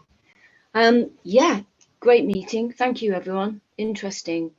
Got loads of scribbled notes here. I'm going to pick some out. The key question is how. How are we going to reach people? I'm a person and I want to reach other people. They're just like me. I'm not in a party and different from them. I'm just like everyone. I think for me, I'm in the group in Liverpool, John, Rob. We've been studying Marx a lot. And a big way in for me, I don't think we shouldn't have a Marxist party that values academic, let's have a list of tests and let's test each other. And I think this and you think that, and, little minutiae of what Marx said and whatever. But, the basic things like alienation, that was my way in. How we're alienated from the production process, from each other, from our creativity, from nature. That was like a huge wow moment for me. Also, obviously we've got to look at the value system. Production is huge. That's what we've got to do. We've got to take take the production process, fictitious capital, banish all the basic miseries, someone says. There's got to be ways we can communicate with people. I mean, we've got shit everywhere in our rivers. Apparently last night, the Tory party voted through that they can pour shit into our rivers for 15 years, is it? Yeah, democracy, very, very important. The opportunists, I joined the Labour Party, I was in it briefly, and the tricks, the dirty games that were played, it's just like it's writ large in Westminster. It's the same thing at in the micro and the macro, whatever. It's just awful, awful. Just slithering and clamoring to get a position, hierarchy. We must get up that ladder. We don't want a hierarchy. We want people, all of us, working together for the common good. I'm disgusted with politics. I'm disgusted with the system, as I think so many people will be. So that's definitely a way in for us to be with everyone. Definitely. I've got to wind up, I know.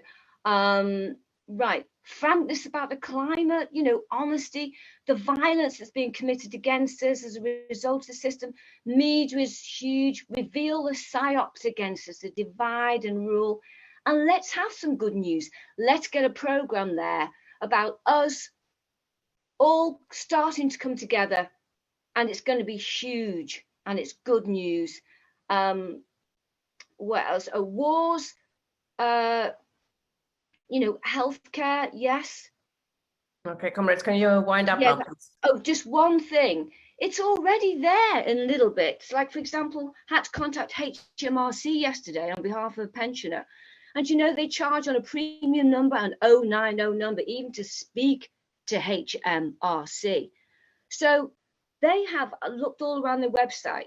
They have a little link there. There's a voluntary organisation there of people who use their time freely to speak to pensioners and advise them. Got advice really quickly. It was wonderful. Now, all that sort of thing, don't want to volunteer, don't want charity. But what we want is that in real terms, people working together for the common good, everyone, all of us. Thank you. Thank you very much. Luke, please. Yeah, thanks, Tina. Just a few thoughts. You know, I'm picking up on, you know, folks talking about a lot of, well, certainly disgust with what's going on. I think as the last speaker said, you know, disgust with politics, the political system, and this question of democracy and kind of a recognition that democracy is a crucial part of this question, not just in the future that we aspire towards, but also in the organizations that we create. And I'm glad to hear those are questions. I think they are important questions. I think they'll come up, you know, in our future discussions, and I'm excited to talk about that point next week, just to make a little plug for my own little talk. In general, though, I think, you know, why is Marxism important? Why are we coming together to talk about these things? One kind of grand way I think about it is this question of the freedom problem in a way. And, you know, I think that's a question that, you know, might be just an eternal consequence of being a human being, but it's certainly something that people aspire towards. And when there is a sense of not being free or not having control or not understanding the world and why things happen, when it seems like things happen arbitrarily, and especially when it seems like the people who are supposed to know what's going on or are supposed to be able to help us or who are supposed to be able to protect us, especially when those things break down or seem inoperable, I think that that's when Marxism comes back. And even the people who, you know, probably would not call themselves a Marxist start questioning, start writing articles in the Financial Times, so on and so forth. So just very briefly, I think it's a relevant question for folks in the United States as well, where I'm from and all over the world. But it's been interesting to see, at least in this country, particularly things around our Supreme Court. And then that, I think, has brought up an interesting discussion around our Constitution here in the United States and the kind of high politics that takes place. This question of, why do we have these systems in place? Why are things structured in a particular way? And I think that Marxism has some very interesting things and some very insightful things to say about all that. Thank you. Thank you very much, Luke. Looking forward to your session next week. Rob, please.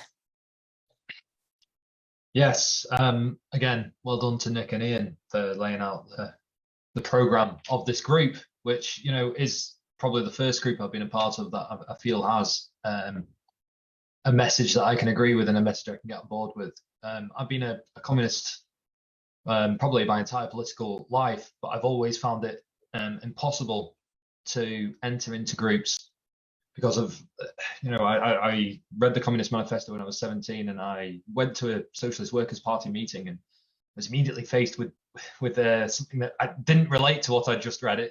It was an alien structure, and I'm young, you know. I didn't experience the kind of communism of the 20th century. I didn't see that, and I've learned about it. I've learned a lot about it, and it's time to leave that behind.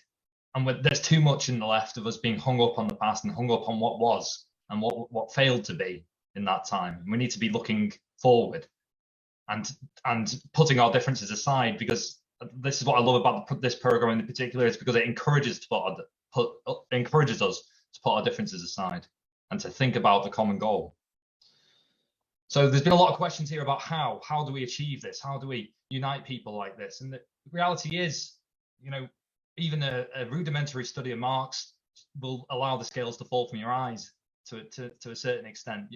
You can see the barriers that we're facing, and it's class consciousness. It's the awareness of people of the struggle that they're in and the awareness of the struggle. And how do we raise class consciousness? It's by pushing Marx, by learning Marx, and by encouraging others to learn Marx in precisely the nature in which we're doing. You know, this might be a start. It might be a way of making it more digestible for the modern era. But that's very much, I think, what our objective has to be. What are the barriers we face? There are many. You know, even the media that we use to communicate now is littered with commodification. It's all over, everywhere you look. Any kind of moment you spend in an entertainment facility, you're bombarded with commodification. Your life is measured by commodification. And we need to really change that outlook. And we have to present a viable alternative. And I think this is the first steps that we can take towards presenting that viable alternative.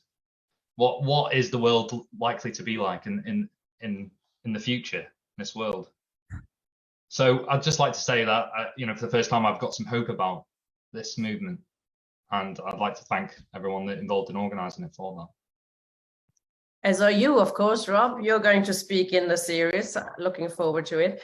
Okay, Paul, please. Hi there, can you hear me? Yep. That's a cracking beer, Rob. Nice one. I've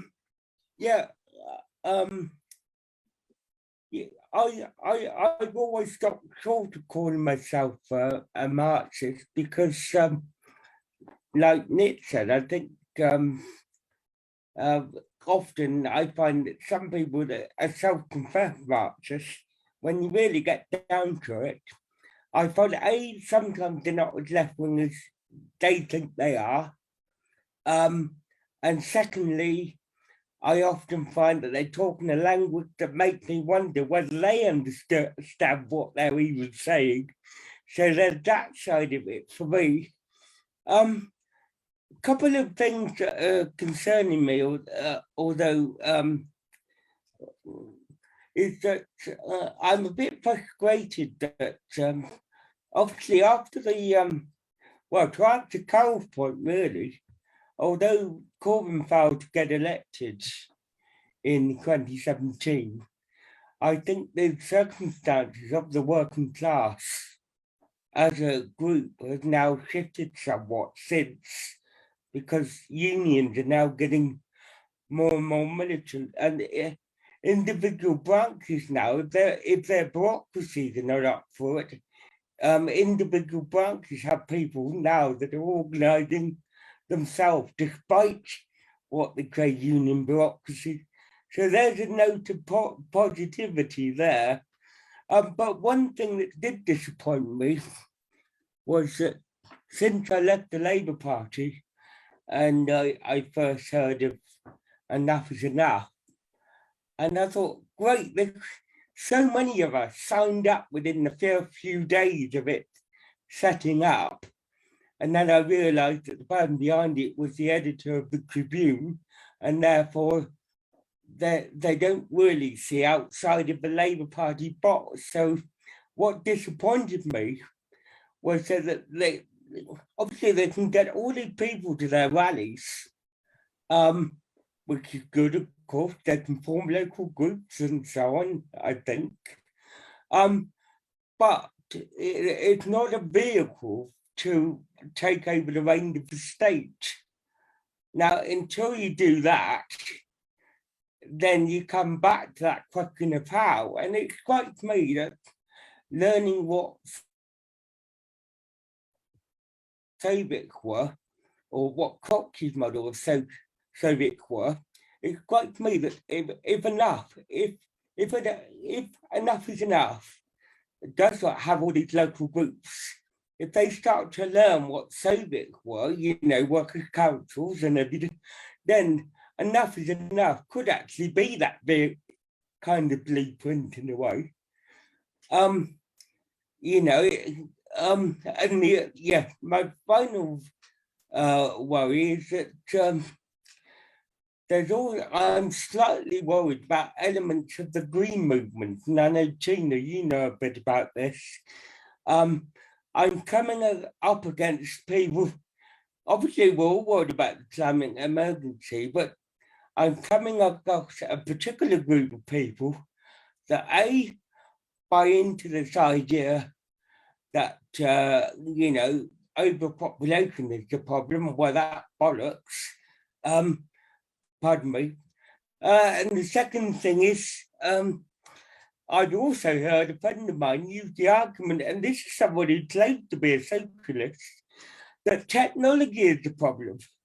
And I keep trying to explain to her, what we need is that technology in the hand of the working class, and we can decide what we use it for and what we produce, and that sort of thing. So I'm concerned about that element.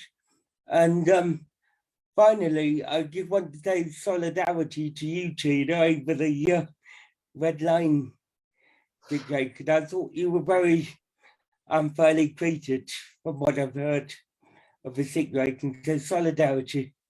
And I'll stop there. Thanks. Thank you, Paul. Some good points.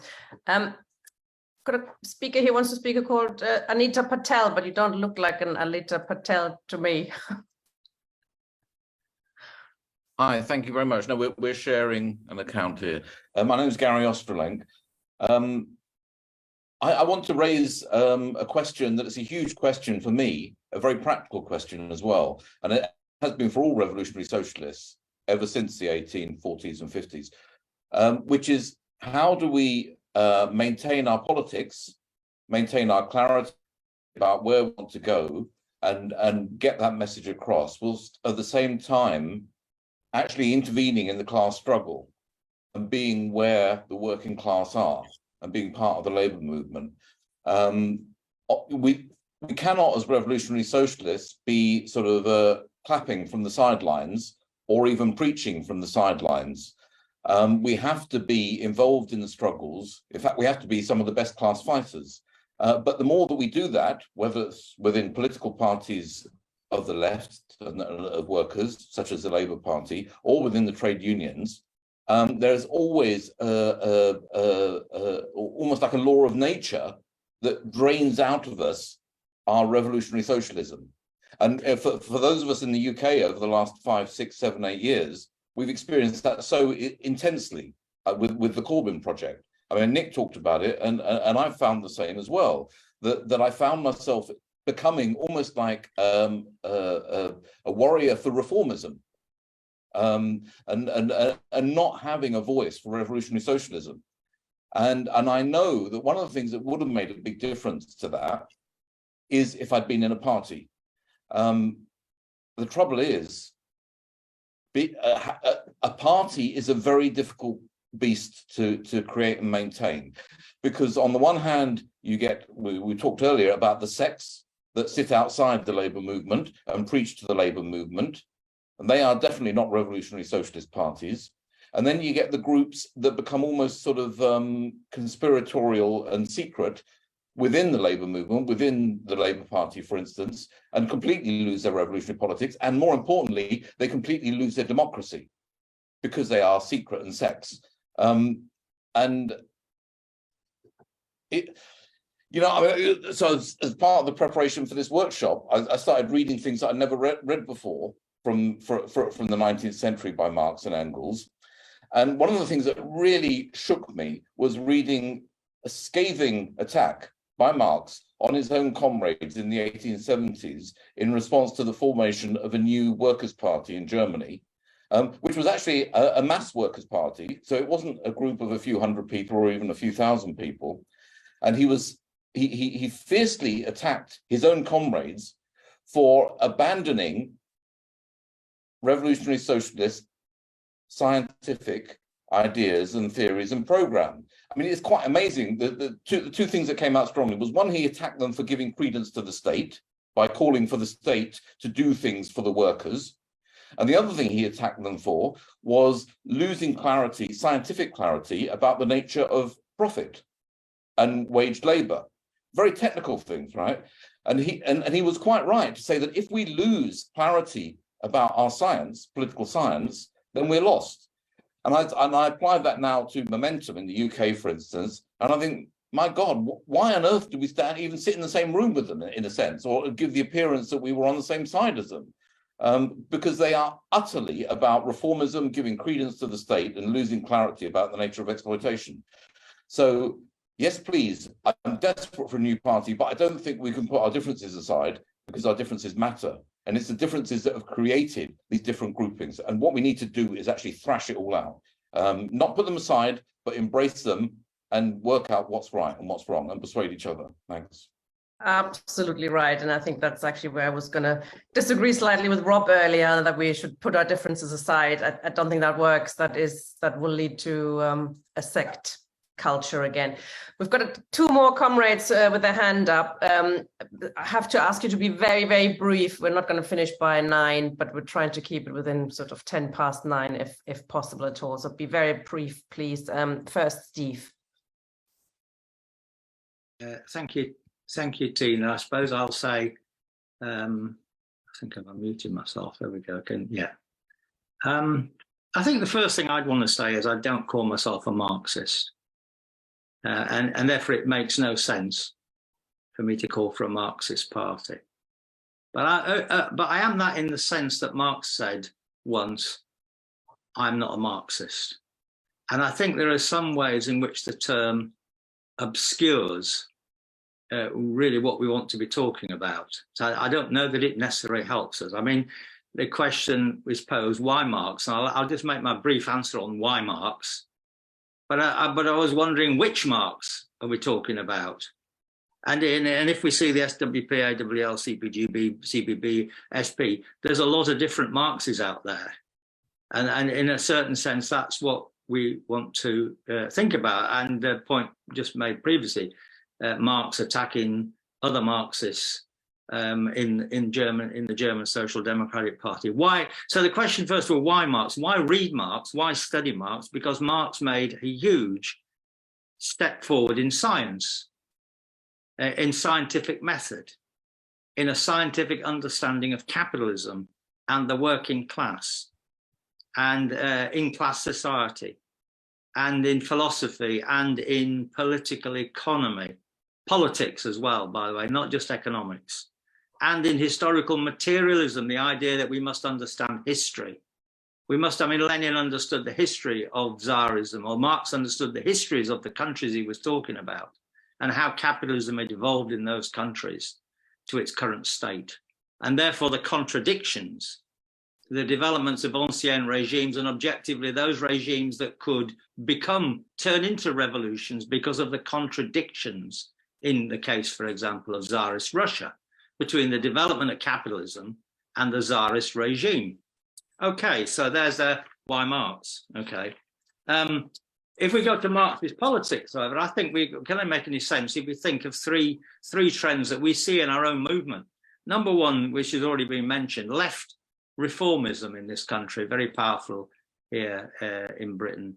Liberal, we could call it liberal socialism, because left reformists see themselves as socialists, or constitutional socialism. And then you've also got socialism and communism that the comrades have talked about, and I want to put a little marker down on that.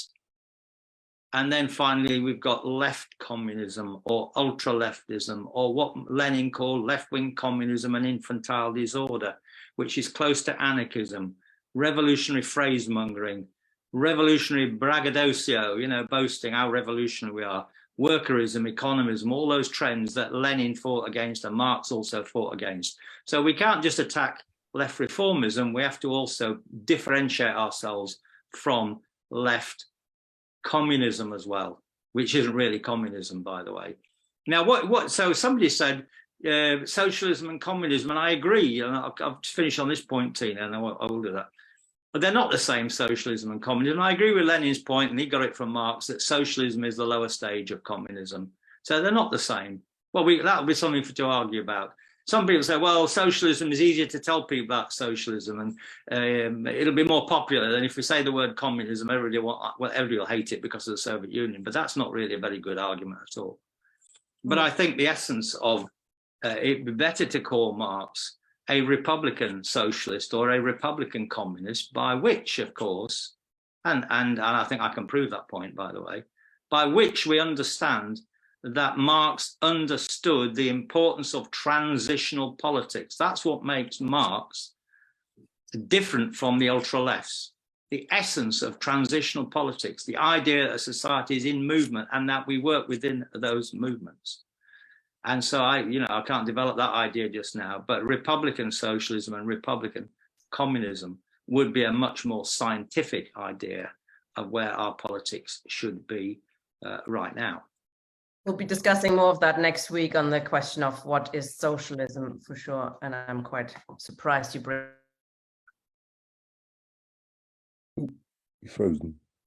up the word republic. Last speaker, apologies, Anthony, for waiting for so long. Here we go.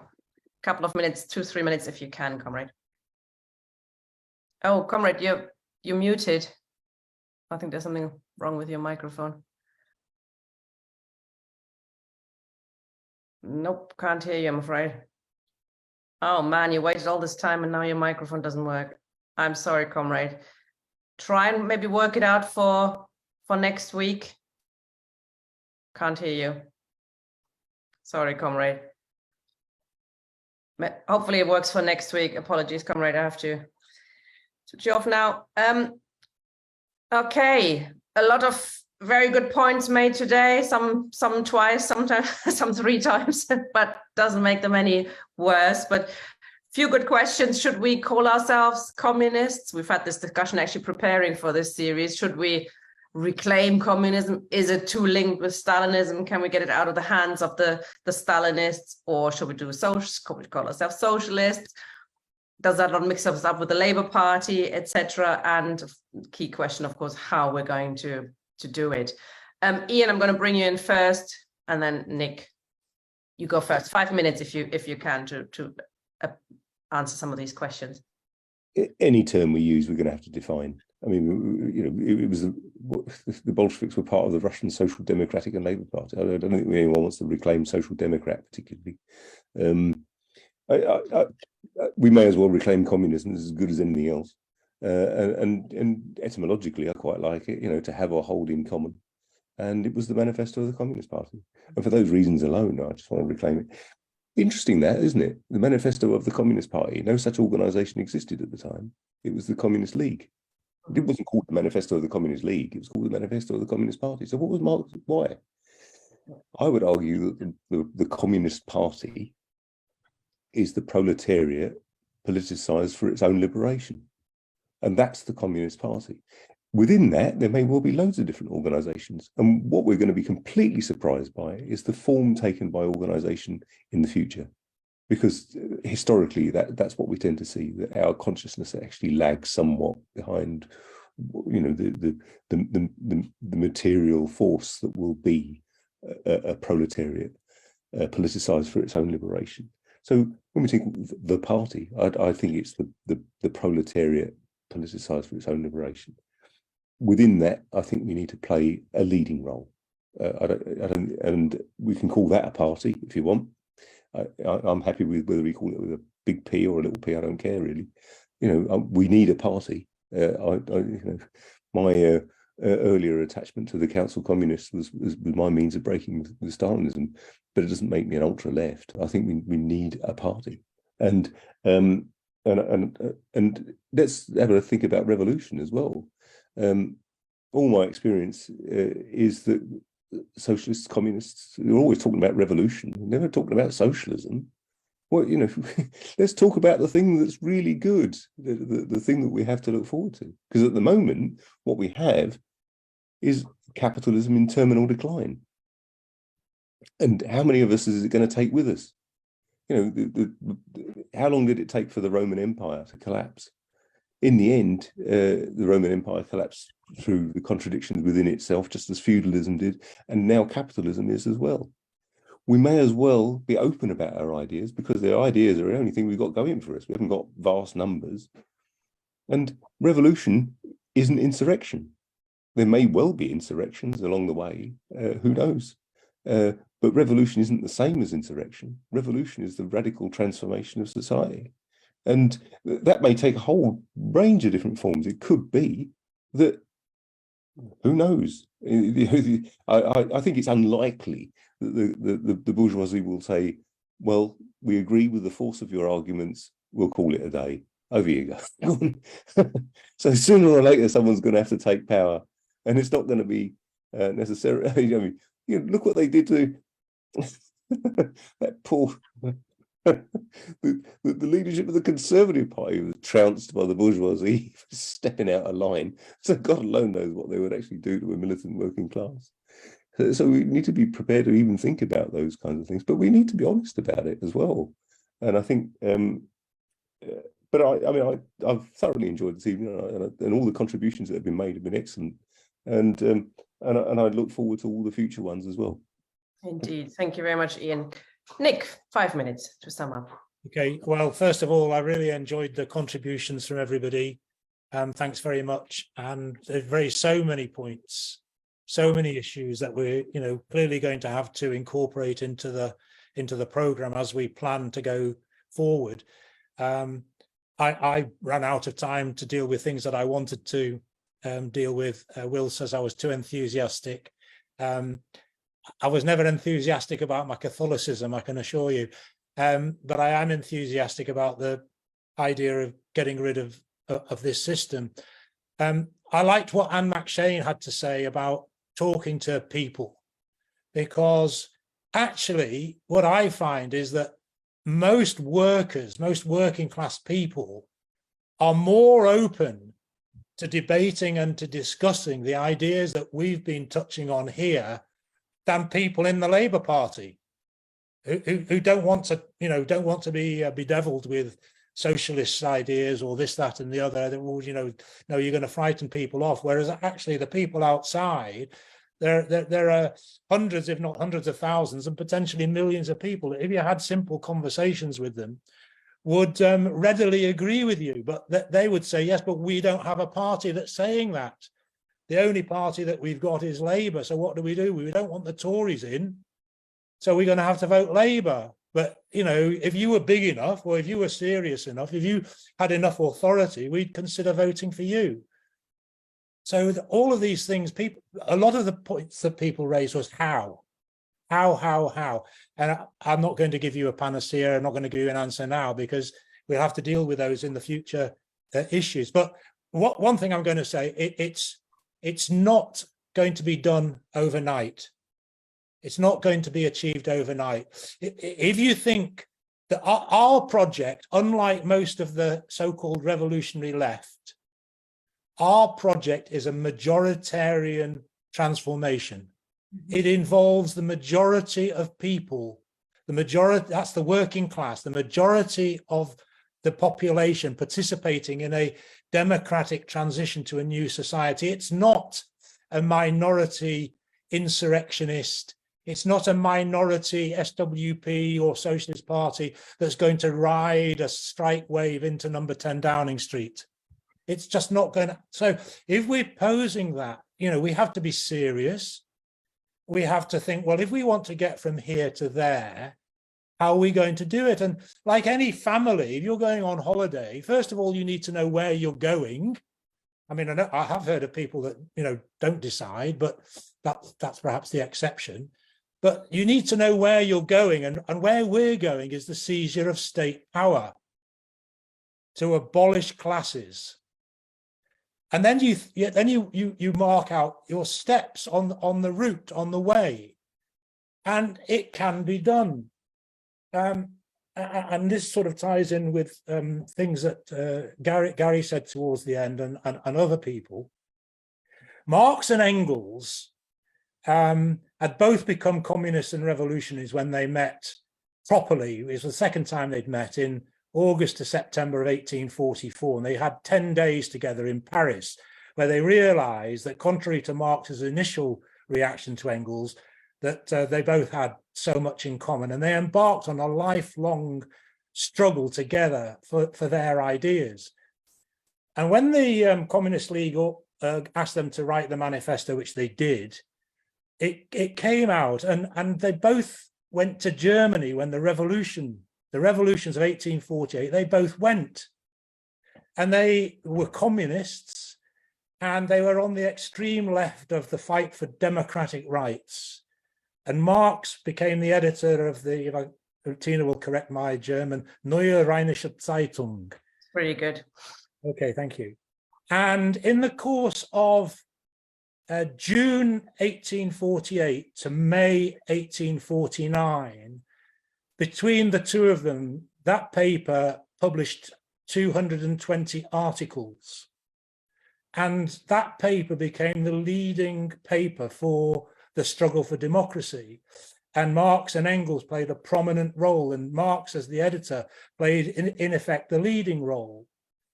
And they published in that paper, for example, lectures that Marx had previously prepared on wage, labour and capital. They disseminated those lectures in their thousands, and Marx travelled the country giving lectures on that theme, wage, labour and capital, explaining the irreconcilable interest, the completely opposing interest of the bourgeoisie and the proletariat. And that was what they did. They organised amongst themselves what you might call the Marx Party. In fact, there were differences even during the revolution within the Communist League between people that wanted to go off and organise a putsch. He criticised other members of the Communist League, for example, in France, who wanted to march off in French uniforms into Germany to support the revolution. And Marx said, this is ridiculous, don't be so stupid. So the point is, we can do things. It needs time, it needs effort, it needs people to write, it needs people to organise events like this. If we can attract 100, we can attract 1,000. If we can attract 1,000, we can do 10,000. We can get leaflets out, and one of the comrades mentioned enough is enough. If we can get some coherence, some cohesion to what we're doing with this programme, there's no reason why we can't put out a leaflet that links the daily struggle with the need that we're talking about. Supposing to people, you're struggling against the cost of living crisis today, how are we going to link that to a struggle to change society so you don't have to struggle tomorrow, or your children don't have to struggle when they're your age? These are things that workers will pick up on and say, well, absolutely, I don't want to be struggling into my old age pension. I don't want my children to be struggling. So how can we stop it? So I think we have a lot to say. We have to find a way of saying it, utilizing new technology. I'm not suggesting that we get print papers and stand out on street corners, but intervening in meetings, having Zoom meetings, having a website that carries articles, that maybe has discussion. We have to have debate and differences. But I too just want to put, there are differences I don't agree with. And so you have to work out, in a sense, what's the nature of the difference? Is it a fundamental difference of actually taking the party in a direction against itself? Or is it a difference that can be absorbed and tolerated within it? And those are struggles of political life. And Marx dealt with both. He was completely opposed to the fusion of the two German workers' parties, the Lassallean Party of 1863 and the Eisenachers of 1869, which was Karl Liebknecht and Bebel, who were close to Marx. Marx loathed Lassalle. He thought he was a dictator within the movement. He was a collaborator, secret collaborator with Bismarck, and argued for state socialism. And in their private correspondence, Marx talked about the stench of Lassalle. But when the Gotha program was put forward and presented, Marx and Engels had to tread very diplomatically. And so they did send very strident missive, which was actually suppressed. And later Engels made sure that it was made public and so on. So it's a question of skill, isn't it? Political skill, how you deal with differences that are perhaps not that pertinent, differences that are, how you deal with those. And that's something that a party is going to have to come to terms with. It's going to be part of political life. But the main thing at this stage is, do we have agreement on the general idea that we want to work together to create whatever it is at the moment? I hope that it does come into something more coherent, that puts forward the ideas of, I'm going to call it socialism, communism, because I think Marx and Engels use them interchangeably. I've written an article on my blog called What is Socialism? So I've said that it's the same as communism. So those are interesting points that we've got to deal with. I think I've probably spoken for more than 5 minutes. You have, but it was interesting. So I will leave it there. I just want to come back to the point that I started with. Discussion amongst Marxists. Marxists are practical people. We want to change the world. So the debates and the discussions can't be left at the level of abstraction. They have to find a way of becoming concrete. Absolutely. Brilliant. I think it was a very, very good introduction to our series. I think we touched far more on the party question than I expected, but that's the logic of starting to talk about putting Marxism first and central to the way we planning this. So this will come up again and again. The way we've structured the series is now that the next 8 sessions we've called the building blocks of Marxism. We're looking at Communist Manifesto, capital, alienation, ideology, those kind of big questions. And then we want to go into more detail on some issues like Marxism and religion, Marxism and the state, Marxism and democracy, when those issues will come up. But I do think we have to, the people who have been organizing this series and anybody who wants to get involved in this, we have to think about how we're taking that organizational question further as well, because that's now clearly coming up as something that's everybody mentioned how we're doing it, and that is a question to seriously discuss. Programmatic issues that we are going to discuss are, of course, a first step in that direction. So it's a process. I think the series is a process that hopefully others will join us, participate, which will lead.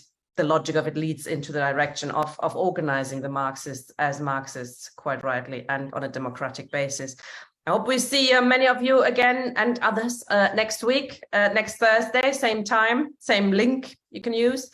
And we are talking about what is socialism according to Marx and Engels. There are differences. I don't think any of them are so serious that we can't possibly be in the same organization or in the same series, but there are differences of emphasis what socialism is. Thank you very much for your great contributions from the top table and the floor. It was a very interesting and thought-provoking meeting, I thought. Good evening. See you next week. Bye-bye, comrades.